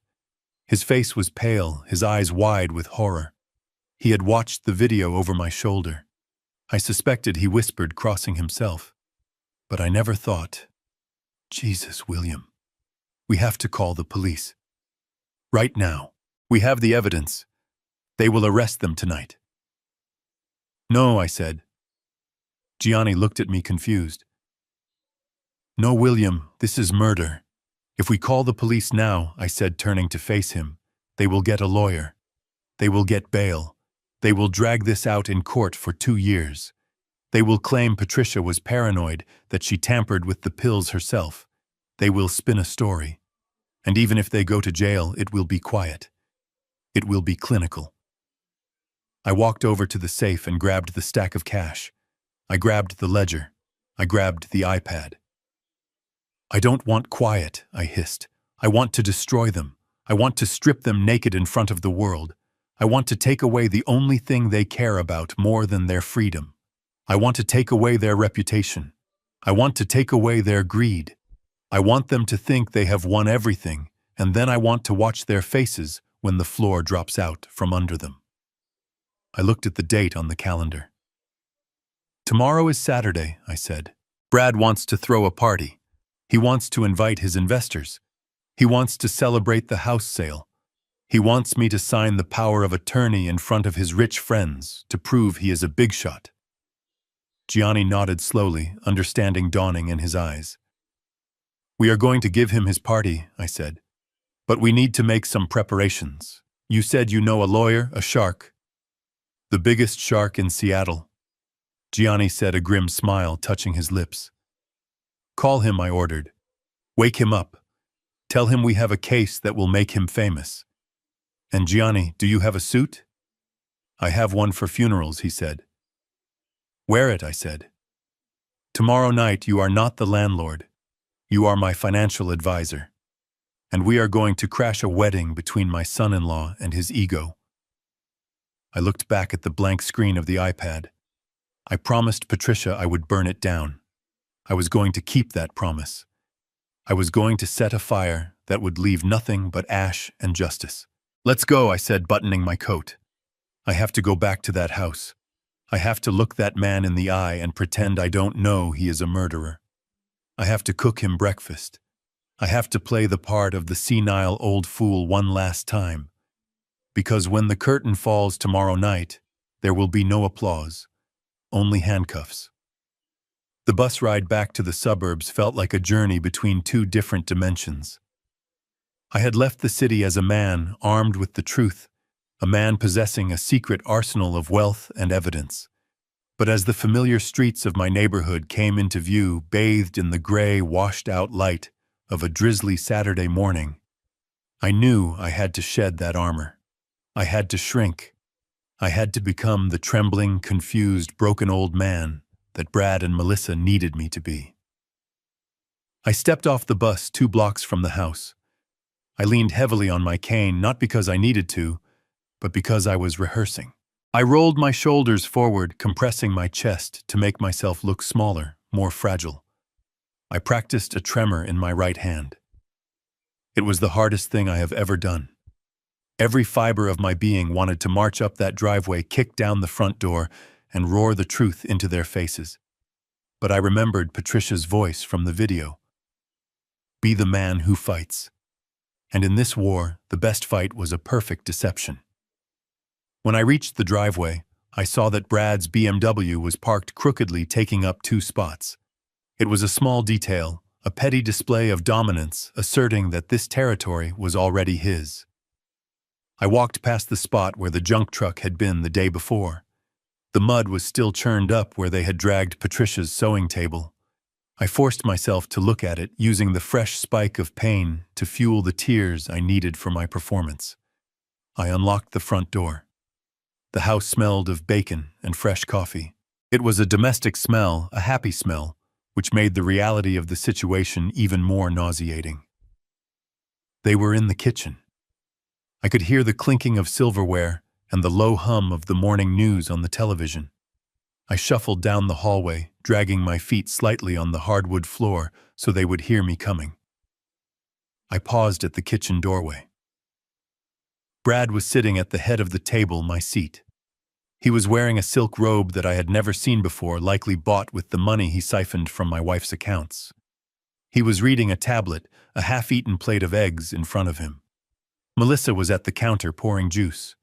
She looked tired, her hair messy, but there was a nervous energy about her. Well, look who decided to grace us with his presence, Brad said without looking up. Melissa turned around. Her eyes narrowed instantly. Where have you been, Dad?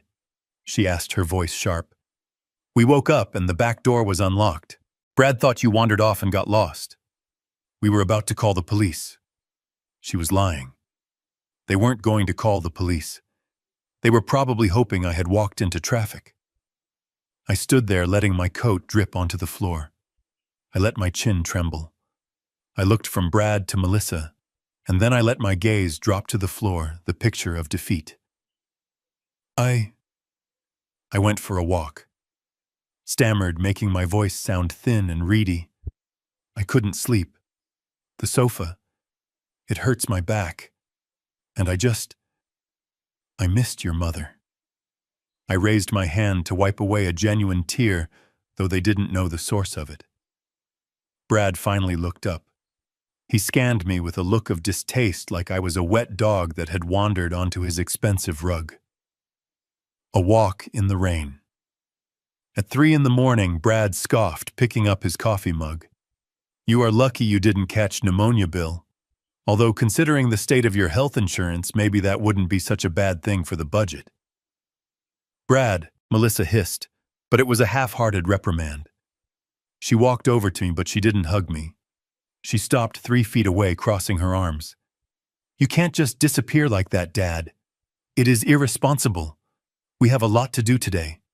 We can't be chasing you around the neighborhood. I know, I whispered. I moved to the table and pulled out a chair, not my chair, but the guest chair on the side.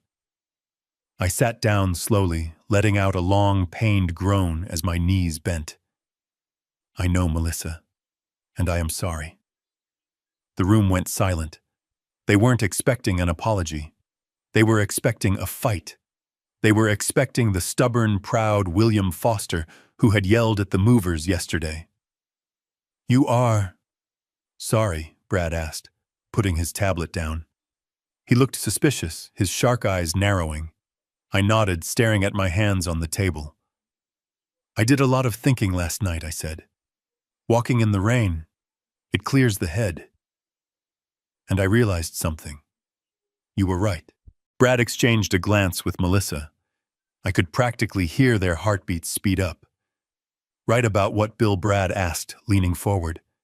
About everything I said, looking up at him, with what I hoped was a look of total surrender. I am old, Brad. I am tired. Since Patricia died, I feel like half of me is gone. I can't take care of this house. The roof needs work. The property taxes are coming due. It is too much for one man. I took a shaky breath. I don't want to be a burden, I continued. I don't want to be the stubborn old man who ruins his children's future because he can't let go of the past. If you really think selling the house is the best thing, then I won't fight you anymore. Melissa dropped the carton of juice. It hit the counter with a thud. You mean it? She asked, her voice breathless. You will sell. I will do better than that, I said. I will sign the house over to you. Today. You can sell it, flip it, rent it, whatever you want. I just want to rest. You mentioned that place. Shady Pines. If they have a bed, I will take it.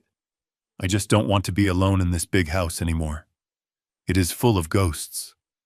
A slow, predatory smile spread across Brad's face. It was the smile of a gambler who had just been handed a royal flush by an idiot opponent. He stood up and walked over to me. He placed a hand on my shoulder. It took every ounce of my willpower not to grab a steak knife and stab it into his hand. Now you are talking sense, Bill, he said, his voice dripping with fake warmth. I knew you were a reasonable man. This is the best decision for everyone. Really. We are going to take such good care of you. He looked at Melissa. Get the papers, babe. The ones the lawyer emailed yesterday. Print them out. Now. Before he changes his mind. Melissa scrambled toward the home office like a rat chasing a piece of cheese. I heard the printer whirring to life a few seconds later. Brad sat back down looking at me with a new expression. It wasn't respect. It was ownership. You know, Bill, he said, leaning back in his chair and putting his feet up on the empty seat next to him. This is going to be great. I have some investors coming into town next week. With the equity from this place, I can finally buy into that commercial zoning project downtown. We are going to be rich. And don't worry, I will make sure you have extra Jell-O cups at the nursing home. He laughed. A cruel, barking laugh. I forced a weak smile. There is just one thing, Brad, I said softly. He stopped laughing, his eyes snapping back to me. What is it? You are not backing out, are you? No. I said quickly.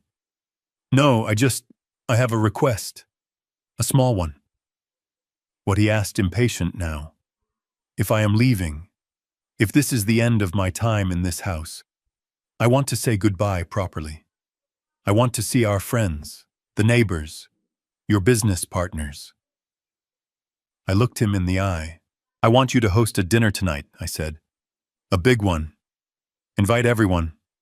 Let's make it a celebration. A celebration of your success, Brad. You can announce the house transfer. You can announce your new project. I just want to sit there and see everyone one last time before I go to Shady Pines. Brad stared at me. I could see the gears turning in his head. He was evaluating the risk. But then his vanity took over. He imagined it. He imagined a room full of people toasting him. He imagined showing off his conquest. He imagined the envy in his friend's eyes when he announced he had acquired a $2 million property for free. A party, he mused. A retirement party for you, and a launch party for me. Exactly, I said. I will pay for the catering. I have a little cash left in my checking account. Use it all. I won't need it where I am going. That sealed it.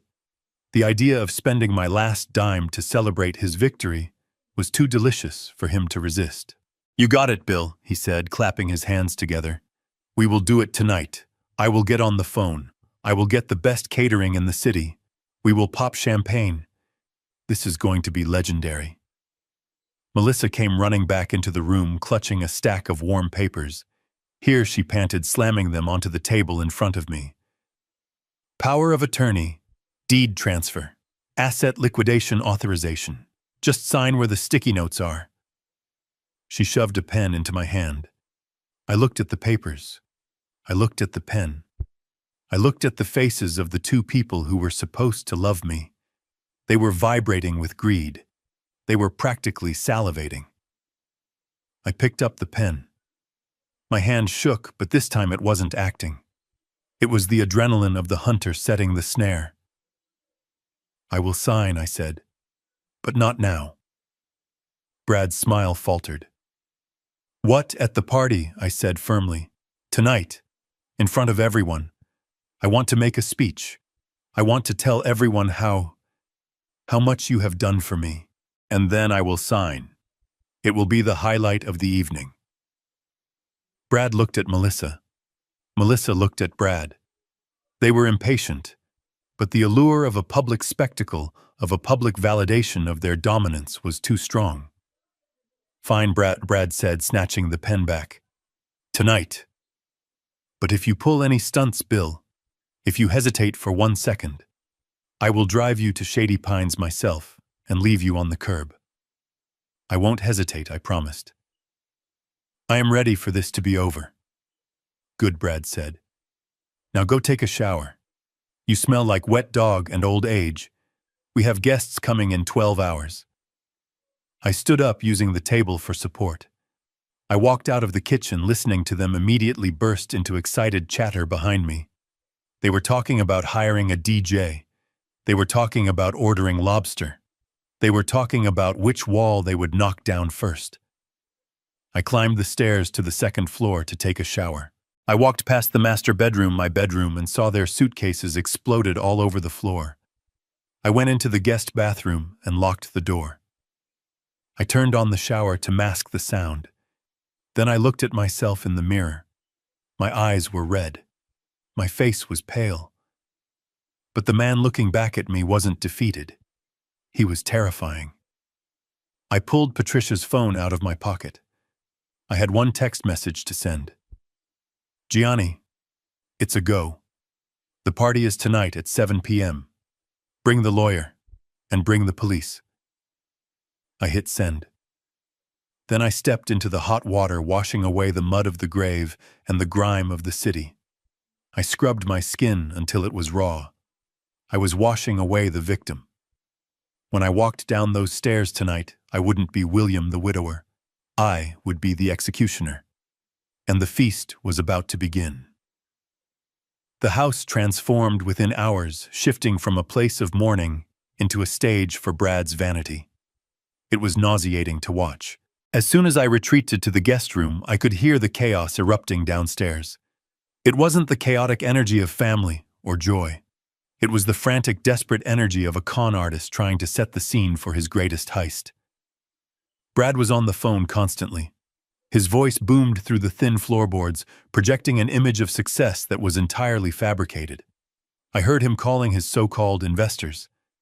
These were men I had met briefly in the past, men with slicked-back hair and firm handshakes, who spoke in buzzwords like synergy and leverage, men who had likely fleeced Brad on previous ventures, but kept him around because he was an easy mark. But today, the dynamic was different. Today, Brad was the one holding the golden ticket. "Jerry, you have to come tonight," I heard Brad shout into his phone. "No, cancel the dinner reservation. Trust me. I am closing the deal of the century. The Elm Street property. Yes, the whole thing.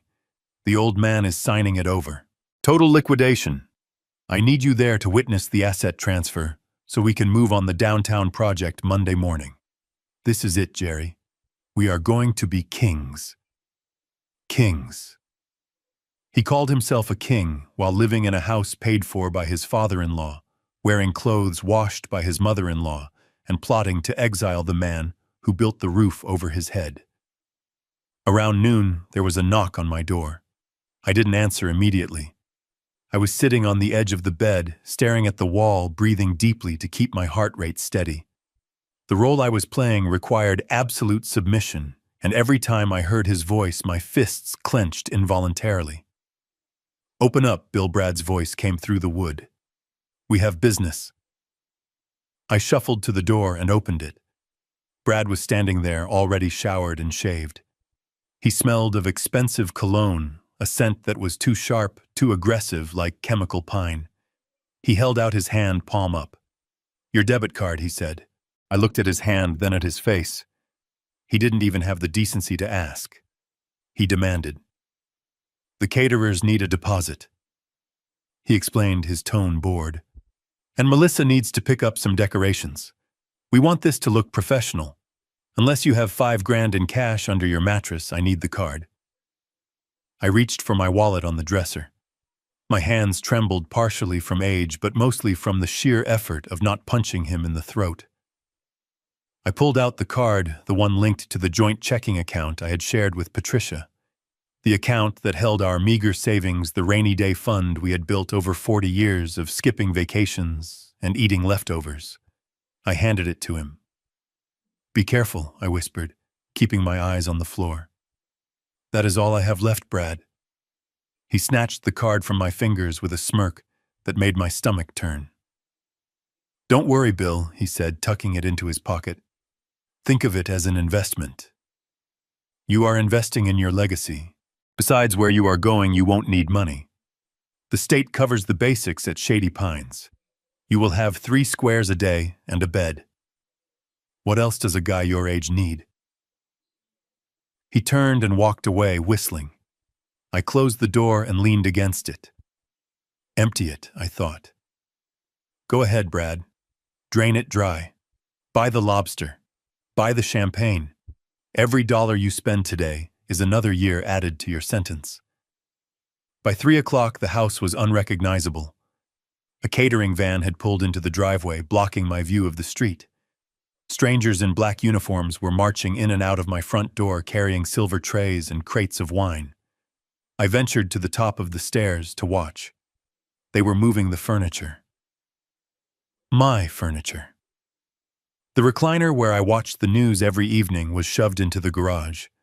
The coffee table Patricia had refinished herself was pushed into a corner and covered with a white tablecloth to serve as a bar. "Hey, watch the paint," Melissa yelled at one of the workers. She was standing in the middle of the living room, directing traffic like a general. She was wearing a new dress, something sequined and flashy, that looked entirely inappropriate for a woman whose mother had been buried 24 hours ago. She looked up and saw me standing on the landing. "Dad, don't just stand there creeping everyone out," she snapped. "Go get dressed. People will be arriving at 7. And please try to look alive." I went back to the room and opened the closet. My suits were old. They were well-made wool and tweed bought decades ago, but they were out of style. I chose the best one I had. A charcoal gray suit I had worn to my retirement party 10 years ago. It was a little loose now. Grief had carved 10 pounds off my frame in the last week. I put on a white shirt, fumbling with the buttons. I tied my tie, a dark blue silk one that Patricia had given me. I looked in the mirror. I looked like a ghost. I looked like a man who had already died and was just waiting for his body to catch up. "Perfect," I whispered to my reflection. At 5 o'clock, Brad kicked my door open without knocking. He strode in carrying a garment bag. He tossed it onto the bed. "Change of plans," he said. I looked at the bag. "What is this?" "I can't have you wearing those moth-eaten rags," Brad said, looking me up and down with undisguised disgust. "You look like a funeral director from the 1950s. My investors are classy people, Bill. Image is everything. I bought you something decent." I unzipped the bag. Inside was a suit. It was cheap polyester, shiny and stiff, the kind you buy at a strip mall outlet for $90. It was bright blue. Clown blue. I prefer my own suit, Brad," I said softly. "This one. It doesn't feel like me." "That is the point," Brad sneered. "We are celebrating the future, not the past. Put it on. And for God's sake, put on some deodorant. You smell like Old Spice and despair." He laughed at his own joke. It was a cruel, sharp sound. I put on the suit. It scratched my skin. The sleeves were too long. The color made me look sallow and sickly. When I walked out, Brad was waiting in the hallway. He was wearing a tuxedo, a midnight blue Italian silk tuxedo with a satin lapel. He had used my credit card to buy himself a tuxedo worth $2,000 while buying me a costume that made me look like a game show host. He looked at me and nodded satisfied. Better he lied. At least now you look like you are trying. Come downstairs. The caterers need you to sign for the wine. Apparently my signature isn't enough on your card. We walked down the stairs together. The house was buzzing. Jazz music was playing softly from speakers hidden in the corners. The dining room table, the table where we had eaten Christmas dinners and birthday cakes, was laden with expensive hors d'oeuvres, shrimp cocktail, caviar, truffles. It was a feast fit for royalty, paid for by the man they were evicting. Brad led me to the kitchen. The head caterer, a tired-looking woman with a clipboard, looked up. "Mr. Foster," she asked, "I just need you to authorize the final total." I looked at the receipt. $5,400.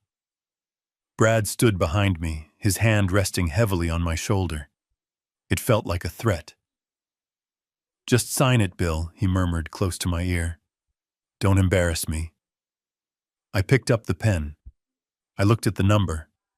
This was my money, my hard-earned money. But I signed. I signed with a flourish.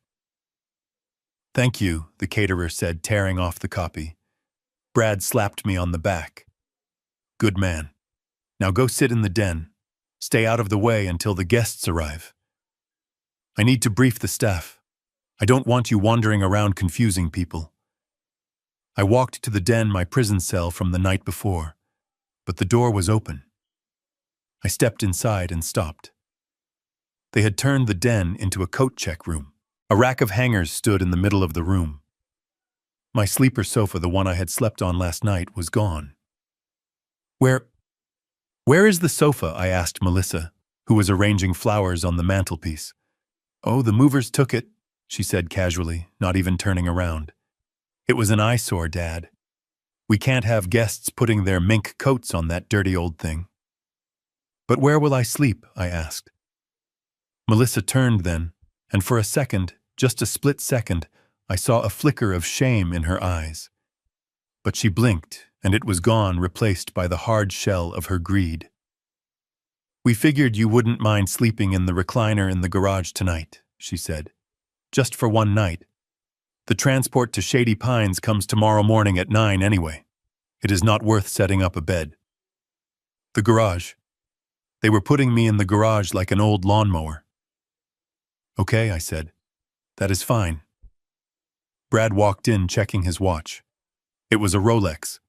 A fake one, but he wore it like it was real. Showtime people. He clapped his hands. The first car just pulled up. "It is the Davises. Bill, get out here.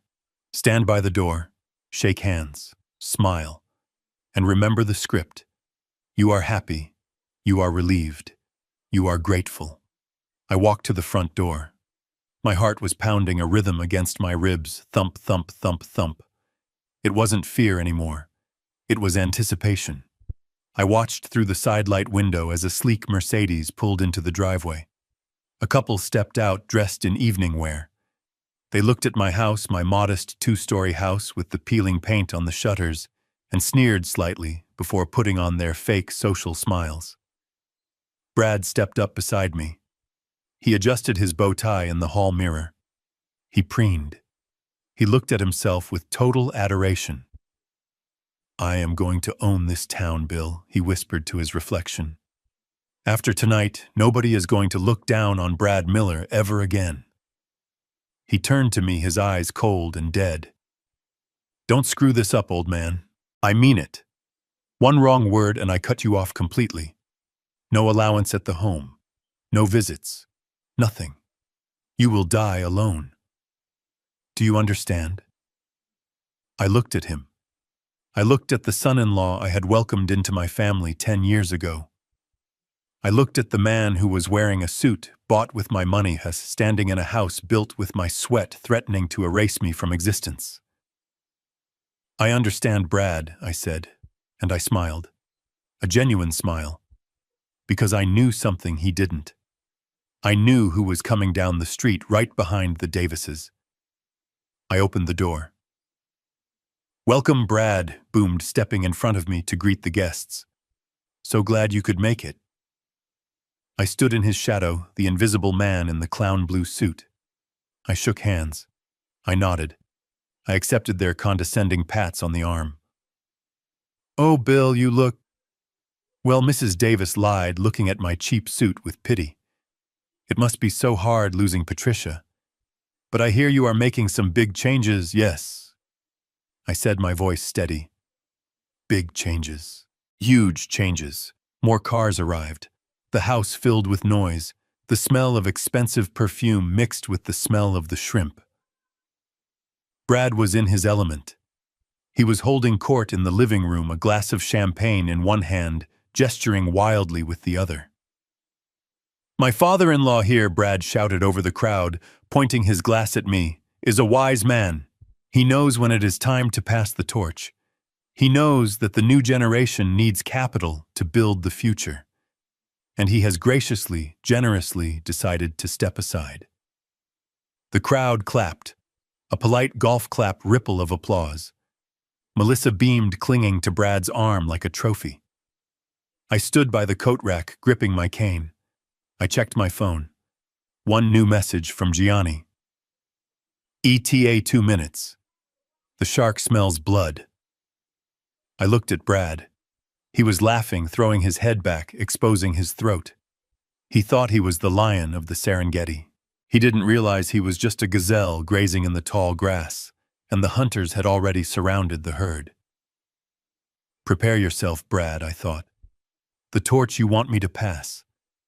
I am about to use it to burn your whole world to the ground."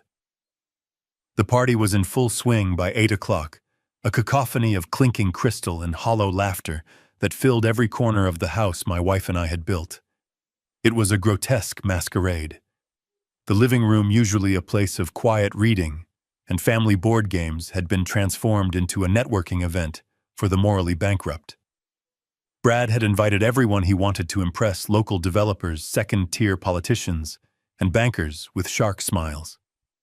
These were people who would step over a dying man to pick up a dropped quarter, yet here they were eating my shrimp and drinking my wine, pretending to celebrate my retirement. I stood by the fireplace, clutching a glass of sparkling water, because Brad had forbidden me from drinking the champagne.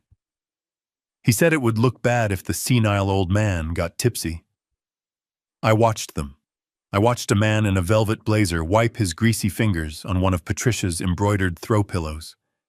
I watched a woman with too much plastic surgery critique the crown molding, loudly suggesting to her friend that the whole place needed to be gutted. They moved through my home like an invasive species, consuming everything, valuing nothing. Occasionally, someone would notice me standing there in my ill-fitting clown blue polyester suit. They would offer me a tight, pitying smile, the kind you give to a stray dog you have no intention of feeding. "So you are the father-in-law," a man with a comb-over asked, munching on a crab cake. "Brad tells me you are finally downsizing." "Smart move. At your age, who needs the headache of maintenance?" I smiled, a stiff, practiced grimace. "That is right," I said. "Who needs the headache?" He nodded, not listening. His eyes already scanning the room for someone more important. "Brad is a good guy for taking this off your hands. Most kids would just stick you in a home and sell the place out from under you. He is really stepping up." I tightened my grip on the glass until I thought it might shatter. Stepping up, that was the narrative Brad had spun. He was the hero. He was the benevolent son-in-law rescuing the helpless widower. I looked over at Brad. He was in the center of the room holding court. He looked manic. His face was flushed with alcohol and adrenaline. He was telling a story, gesturing wildly, and every time he laughed, the circle of sycophants around him laughed too. Melissa was clinging to his arm, playing the role of the devoted wife perfectly. She nodded at everything he said, her eyes bright and vacant. She was wearing my mother's pearl necklace, a piece of jewelry I hadn't seen in years. She must have raided Patricia's jewelry box the moment the ambulance left the driveway. Seeing those pearls around her neck felt like a physical violation, a desecration of something sacred. I checked my watch. 8:15 p.m. Gianni was late. Or maybe he was right on time. My phone buzzed in my pocket. I didn't check it. I knew who it was. I just needed to hold on. I just needed to endure this purgatory for a few more minutes. Suddenly the music cut out. The room went quiet save for the clatter of a few forks.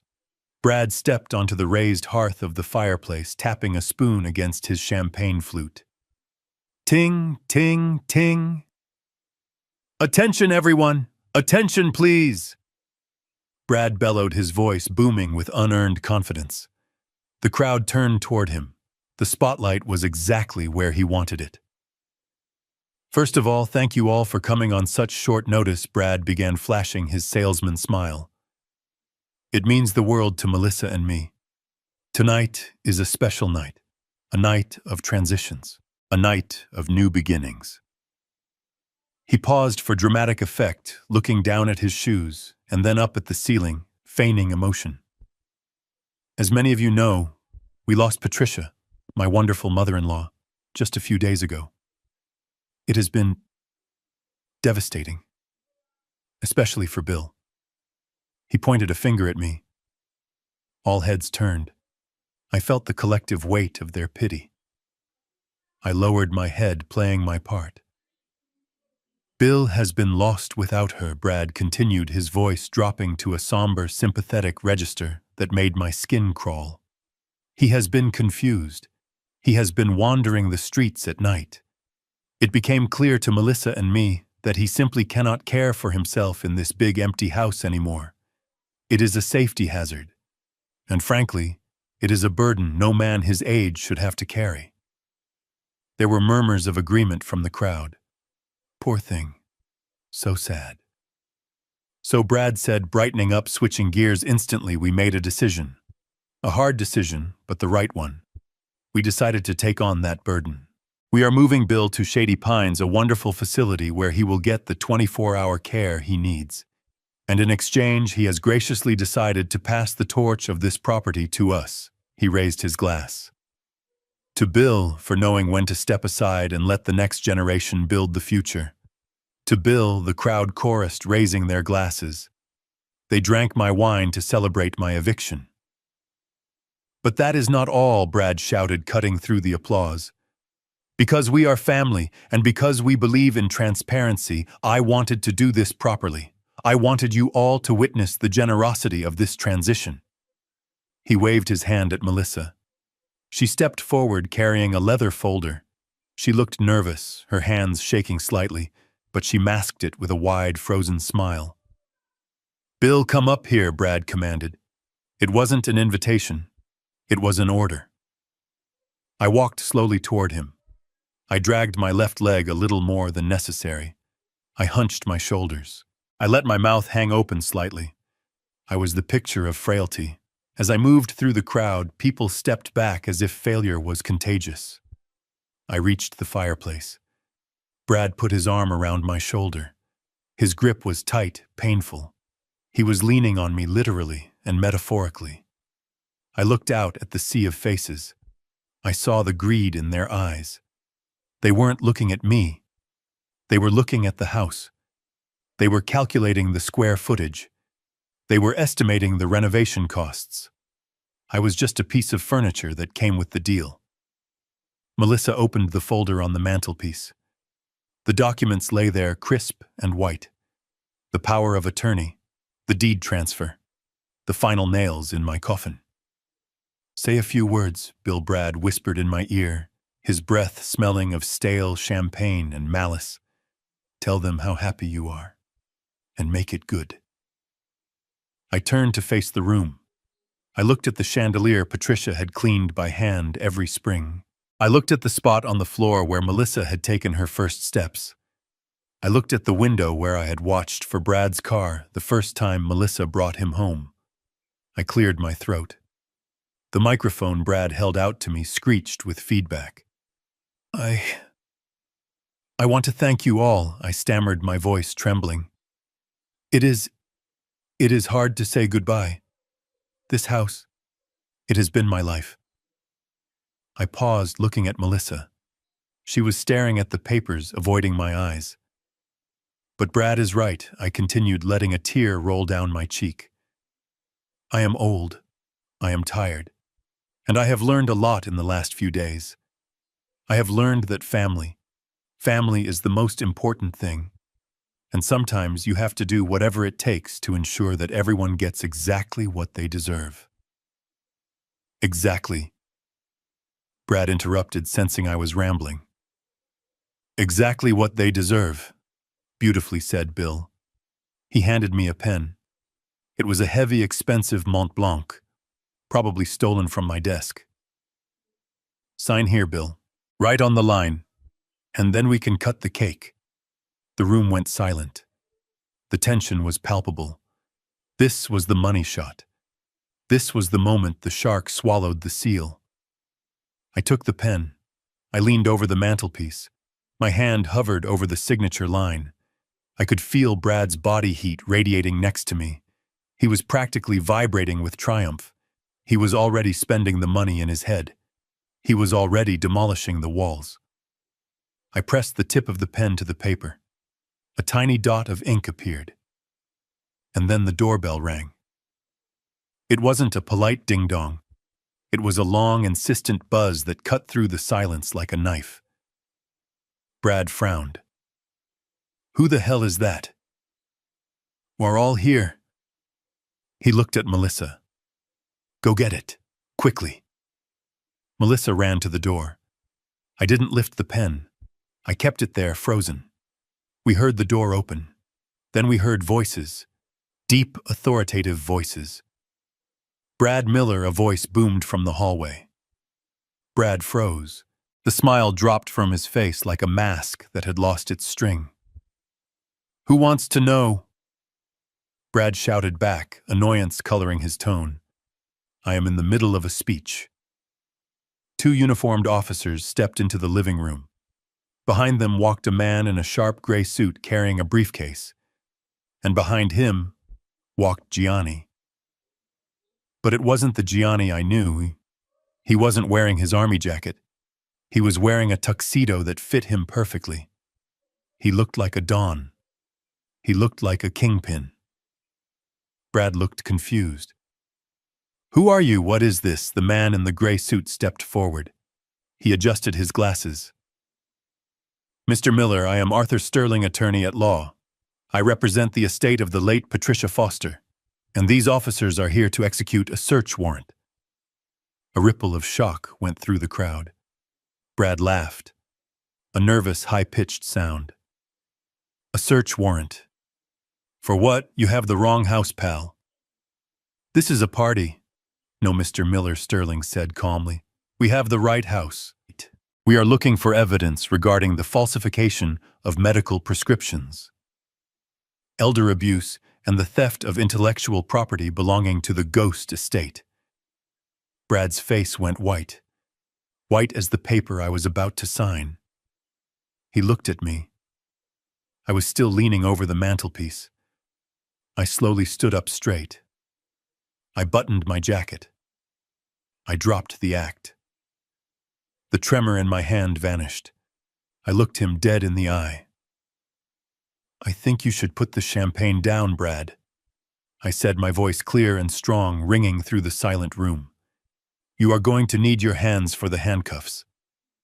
I dropped the Mont Blanc pen onto the floor. Clatter. The sound echoed like a gavel striking a sounding block. The party was over. The eviction had begun. The silence in the living room was absolute.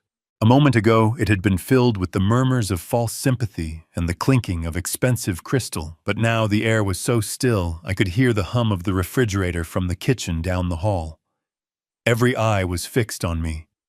They were watching the old lion finally lay down his head to let the jackals feed.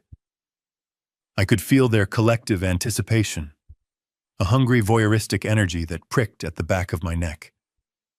To them, this was not a tragedy. It was a transaction. It was entertainment. I leaned over the mantelpiece, the heat from the gas fireplace warming my legs through the cheap polyester of the blue suit. The document lay open before me, the white pages stark and bright against the dark wood. Quitclaim deed, irrevocable power of attorney. The legal terms were printed in bold, uncompromising black letters. These were not just words, they were the keys to my kingdom. They were the rights to the garden where Patricia had planted her hydrangeas. They were the ownership of the walls that held the pencil marks, measuring Melissa's height from toddler to teenager. They were the legal surrender of my entire history.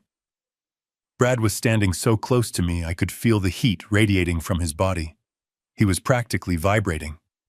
His cologne, that sharp chemical scent he seemed to bathe in, was overwhelming at this range. It smelled like desperation, masked as success. I could hear his breathing shallow and rapid, a staccato rhythm of greed. He was terrified that I would hesitate, yet exhilarated that he was seconds away from the finish line.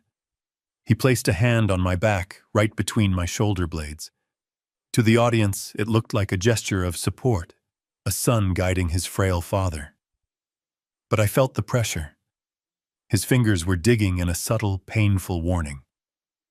"Sign it, old man. Do not embarrass me." I looked down at the Mont Blanc pen he had shoved into my hand. It was heavy, balanced, a beautiful instrument of writing. I recognized it immediately. It was mine. Patricia had given it to me for our 30th anniversary. It had been sitting in my desk drawer in the study inside its velvet case for years. Brad must have rooted through my desk while I was in the shower, claiming it as his own before the ink on the deed was even wet. The theft was small compared to the house, but it stung with a particular cruelty. He was using my own gift, a symbol of my wife's love, to sign away her legacy.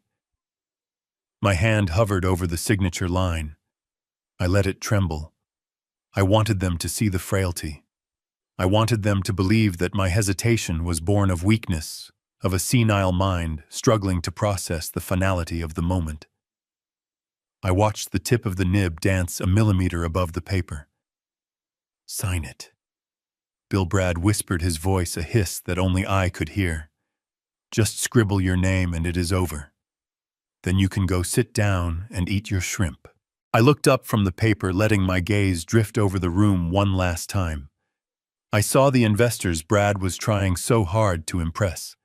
The man with the comb-over was leaning forward, his eyes narrowed, calculating the resale value of the property in real time.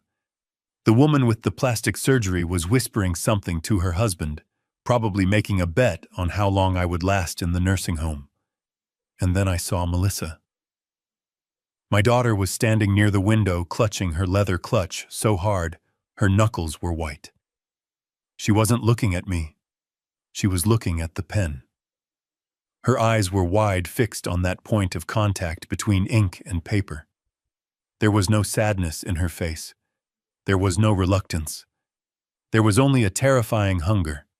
She looked like a starving animal waiting for the butcher to drop the scrap of meat. In that moment, any lingering doubt I had, any tiny shred of paternal instinct that might have urged me to show mercy, evaporated. I wasn't looking at my child anymore. I was looking at a stranger who had simply borrowed her face. I looked back at the paper. I lowered the pen. The metal tip touched the fiber of the document. A tiny black dot of ink bled into the white space. The point of no return. The room seemed to hold its breath. I could hear the ticking of the grandfather clock in the hallway, the one Patricia had restored 3 years ago. Tick, tock, tick, tock. It sounded like a countdown. It sounded like a heartbeat. Brad let out a soft exhale, his shoulders relaxing slightly. He thought he had won. He thought the ink was flowing. He was already mentally redecorating the living room, tearing down the wallpaper Patricia loved, installing some cold, modern monstrosity that would impress his hollow friends. But the pen stopped moving. I didn't write the W. I didn't write the I. I just held the nib there, pressing down until the dot of ink grew larger, a black hole threatening to swallow the page. Bill Brad whispered, the tension snapping back into his frame like a rubber band. What are you doing? Right. I slowly lifted my head. I didn't turn to look at him. I looked straight ahead into the reflection of the large mirror hanging over the sofa. I saw myself. I saw the ridiculous blue suit. I saw the gray hair. But I didn't see a victim. I saw a man who had woken up. I turned my wrist, slowly rotating the pen so the light caught the gold accents. It was a beautiful pen. Too beautiful to be used for a lie. I can't.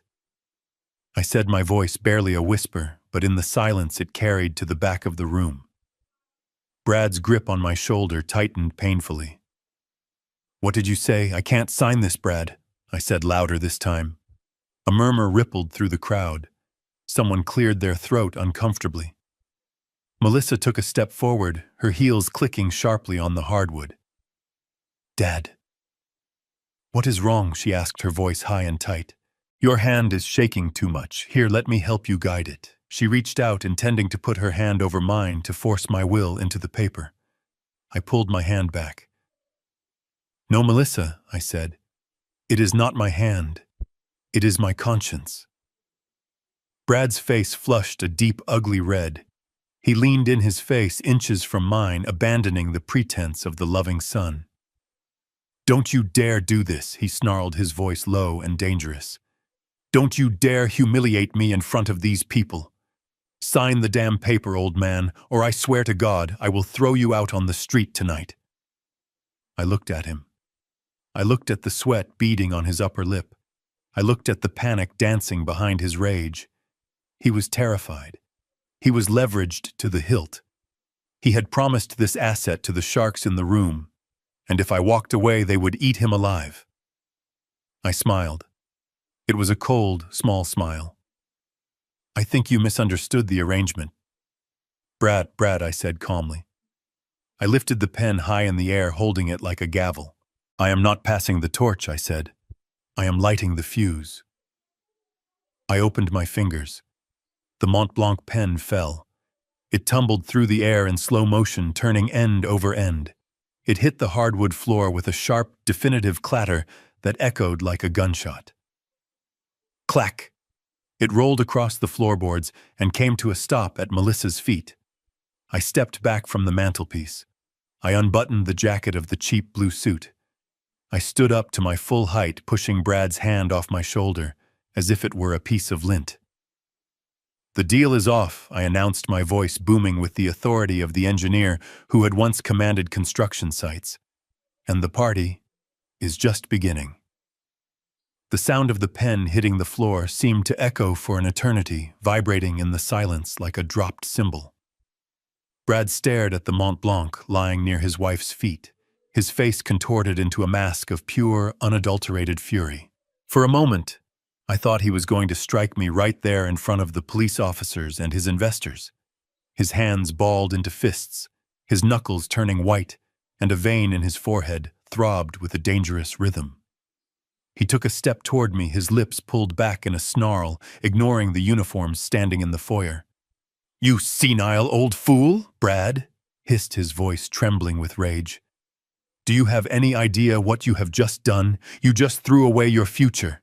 You just threw away the only roof over your head. I did not flinch. I did not step back. For the first time in 10 years, I did not fear him. I looked past him, my gaze locking onto the massive 65-inch flat-screen televisions mounted above the fireplace.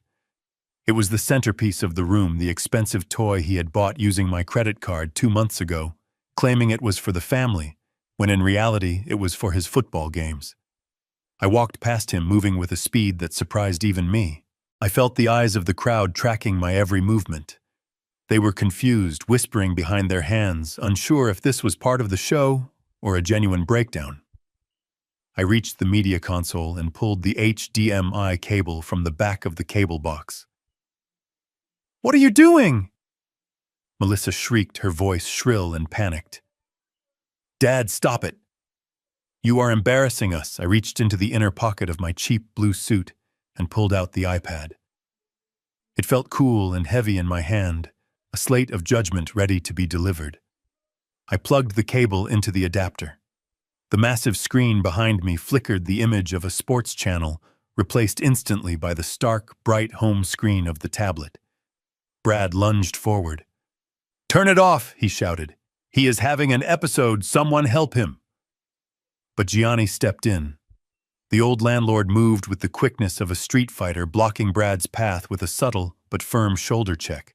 The police officers took a step into the room, their hands resting on their belts, a silent warning that kept Brad frozen in place. I turned to face the room. I looked at the investors who were clutching their champagne flutes. I looked at the neighbors who had come to gossip. And finally, I looked at my daughter and her husband. They looked small now. They looked terrified. They knew deep down in their blackened hearts that the reckoning had arrived. "You wanted a celebration," I said, my voice calm and projecting to the back of the room without the need for a microphone. "You invited all these people here to witness a transfer of wealth. You wanted everyone to see what my wife left behind." I tapped the screen, bringing up the video file. A thumbnail of Patricia's face, looking tired but determined, filled the giant monitor. A collective gasp rippled through the room. Melissa put her hand over her mouth, her eyes widening, as she recognized the background of the video and the secret workshop she never knew existed. "You spent the last week talking about what you deserved." I continued, my eyes boring into Brad's. "You talked about legacy. You talked about the future." Well, Patricia listened. She listened to every word you said when you thought she was dying. She saw every move you made when you thought she was blind. I hovered my finger over the play button. The tension in the room was so thick, it felt like the air had been sucked out. Brad opened his mouth to speak, to beg, to threaten, but no sound came out. He was paralyzed by the ghost on the screen. "I have one final gift for you," I said, my voice dropping to a whisper that carried the weight of a judge's gavel. "And it is the only thing you are going to get from us." I pressed play. The video on the screen began with a timestamp. October 12th, 8:43 p.m. The setting was unmistakable. It was the kitchen of this very house, the granite island where I had eaten breakfast for 15 years, visible in the high-definition glow. The angle was slightly elevated, captured from a hidden camera Patricia had concealed inside the decorative clock above the pantry. The room fell into a silence so profound, it felt like a vacuum sucking the oxygen out of the lungs of every socialite and banker present. On the screen, Brad walked into the frame. He was wearing his pajamas, looking relaxed, whistling a tune. He opened the cabinet where Patricia kept her medication. The high-quality microphone picked up the distinct rattle of pills. He pulled out 2 orange bottles. Next to him, leaning against the counter with a glass of wine, was Melissa, my daughter. The crowd watched as Brad uncapped the first bottle, Patricia's life-saving heart medication, and dumped the contents into a plastic sandwich bag. Then he took a second bottle from his pocket, filled with white, chalky tablets, and poured them into the prescription container. "Are you sure those look right?" the digital Melissa asked on the screen. Her voice was clear, crisp, and damning. "They are close enough," Brad's voice replied, echoing through the silent living room. "They are just caffeine and water pills. It will speed things up. Her heart is already a ticking time bomb. We are just cutting the wire a few days early." The reaction in the living room was instantaneous and violent. It started with a gasp, a collective intake of breath that sounded like a physical blow. Then a glass shattered. Someone dropped their champagne flute, the crystal exploding on the hardwood floor, but no one looked down. Their eyes were glued to the screen, watching the man who had just toasted to his own generosity commit a cold-blooded crime. Brad let out a sound that was not human. It was a strangled, high-pitched yelp of pure terror. He lunged toward the television, his arms flailing, desperate to rip the screen from the wall, to silence the truth that was destroying him. "Turn it off!" he screamed, his face turning a mottled purple. "It is a deep fake.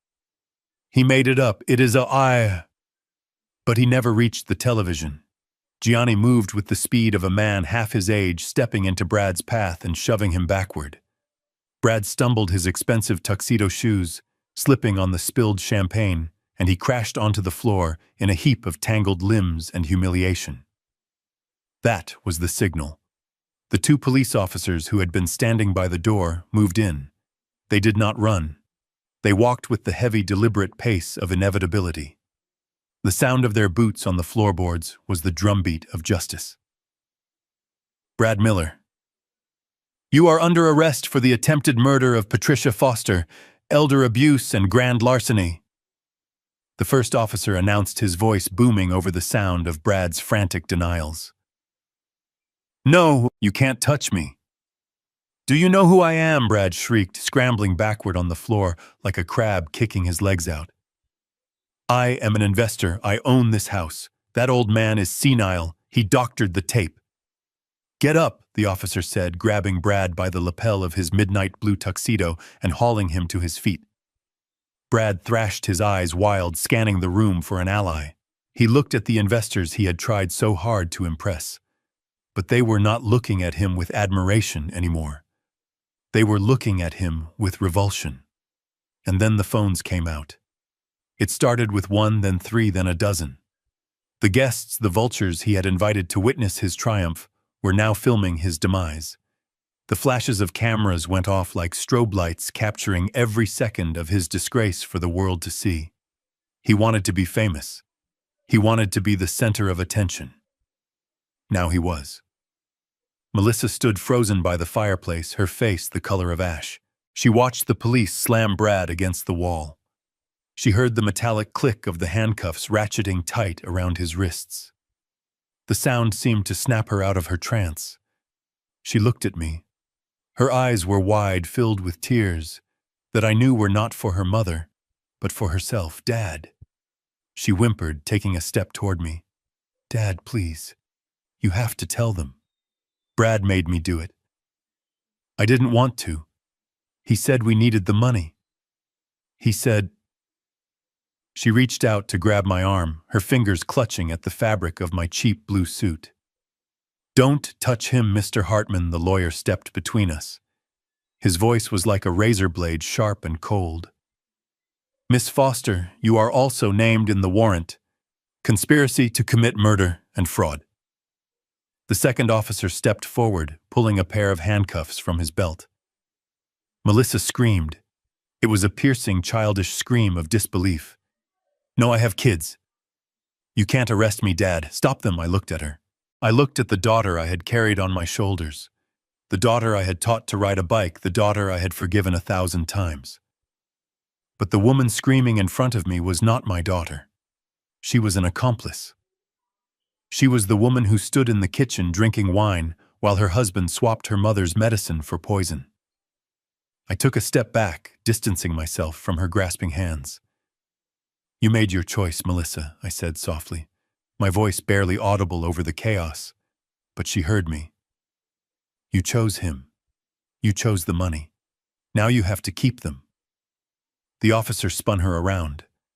The sound of the cuffs clicking onto her wrists was the final punctuation mark on 40 years of unconditional love that had been abused until it broke. The room was a frenzy of motion. The guests were fleeing, scrambling for their coats, desperate to distance themselves from the scandal.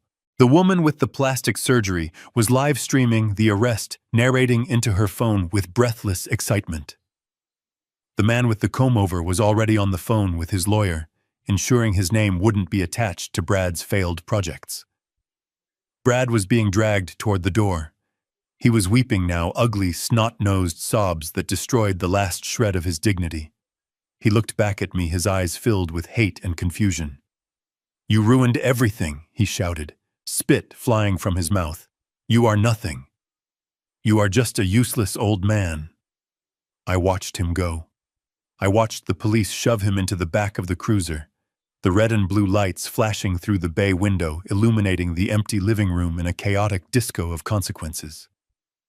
Mr. Hartman walked over to me. He placed a hand on my shoulder. It is done, William, he said quietly. We have the evidence. The video, the bank records, the testimony from the pharmacy. They are not coming back. Not for a long, long time. I nodded, feeling a strange lightness in my chest. The heavy weight of the secret, the crushing burden of grief and rage had lifted. The house was clearing out. The caterers were packing up the untouched food, looking at me with wide, fearful eyes. I walked over to the mantelpiece where the unsigned deed still lay. I picked it up. I slowly tore it in half, then in half again. I tossed the confetti of paper into the gas fireplace. The flames licked at the edges, curling the paper, turning the legal jargon into black ash. Gianni walked up to me holding 2 glasses of champagne. He handed one to me. "For Patricia," he said, raising his glass. "For Patricia," I whispered. I took a sip. It was cold and crisp. It tasted like victory. I looked around the room. It was messy. There was broken glass on the floor. There were muddy footprints on the rug. But for the first time in years, the air in the house felt clean. The rot had been cut out. The termites had been exterminated. I walked to the window and watched the police cars pull away, carrying the 2 people who had tried to bury me. I didn't feel joy. I didn't feel sadness. I felt peace. The kind of peace that comes after a violent storm, when the wind finally dies down and you realize the foundation of your house is still standing. I turned back to Gianni. "Tomorrow," I said, setting the glass down. "Tomorrow we book 2 tickets to Italy. I have a sunset to catch." Gianni smiled, a genuine warm smile that crinkled the corners of his eyes. "First class, William," he said. "First class all the way." I looked at the television screen, which was now frozen on the image of the empty kitchen. I picked up the remote and turned it off. The screen went black, reflecting the image of an old man in a cheap blue suit standing tall in his own home. I am not a victim, I thought. I am a survivor. And my life, my real life, starts now. The wheels of justice turn slowly, they say. But when you grease them with high-definition video evidence and a shark like Arthur Hartman, they move with terrifying speed. The trial was a circus, but I did not attend. I had no interest in seeing Brad try to charm a jury or watching Melissa cry crocodile tears in a prison jumpsuit. Mr. Hartman handled everything. He called me on a Tuesday afternoon to tell me the verdict. Brad received 15 years for attempted murder and fraud.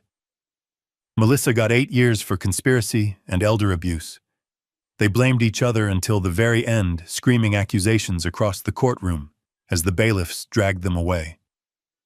Their love, it turned out, was just as fragile as their finances. I sold the house on Elm Street 3 weeks later. I did not wait for the market to peak. I sold it to a young couple, an architect and a teacher, who looked at the peeling paint and saw potential instead of profit. I left the furniture. I left the curtains. I even left the tools in the garage. The only thing I took was the urn containing Patricia's ashes and the iPad with her voice. Walking out of that front door for the last time, I expected to feel a pang of loss, but all I felt was the lifting of a heavy anchor. That house was a museum of memories, but I was done living in the past. Now I am sitting in the first-class lounge at SeaTac Airport, watching the rain streak against the massive glass windows. But for the first time in 40 years, the rain does not look dreary. It looks like it is washing the world clean. Next to me, Gianni is reading a newspaper and sipping an espresso. He is wearing a linen suit that costs more than my old car. He looks up and catches me staring. "Ready for the Amalfi Coast?" "William?" he asks, his eyes twinkling. I look down at the 2 tickets in my hand. Flight 820 to Rome. One way. "I am ready," I say. I reach into my carry-on bag and touch the velvet box containing the Patek Philippe watch Patricia restored. It is ticking against my fingertips, a steady, rhythmic heartbeat that reminds me she is still here. She is not in the house. She is not in the grave. She is in the freedom she bought for me with her talent and her silence. I realized something during these last few turbulent weeks. We spend our lives building shelters for the people we love. We sacrifice our dreams to pay for their colleges, their weddings, their mistakes.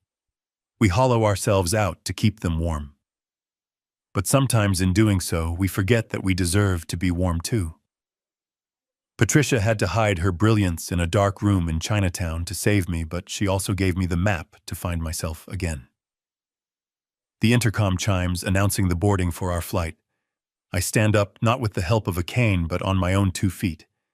My knees still ache occasionally, but the pain is different now.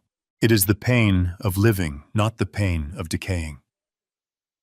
I walk toward the gate, leaving behind the ghost of the man who was afraid of his own children.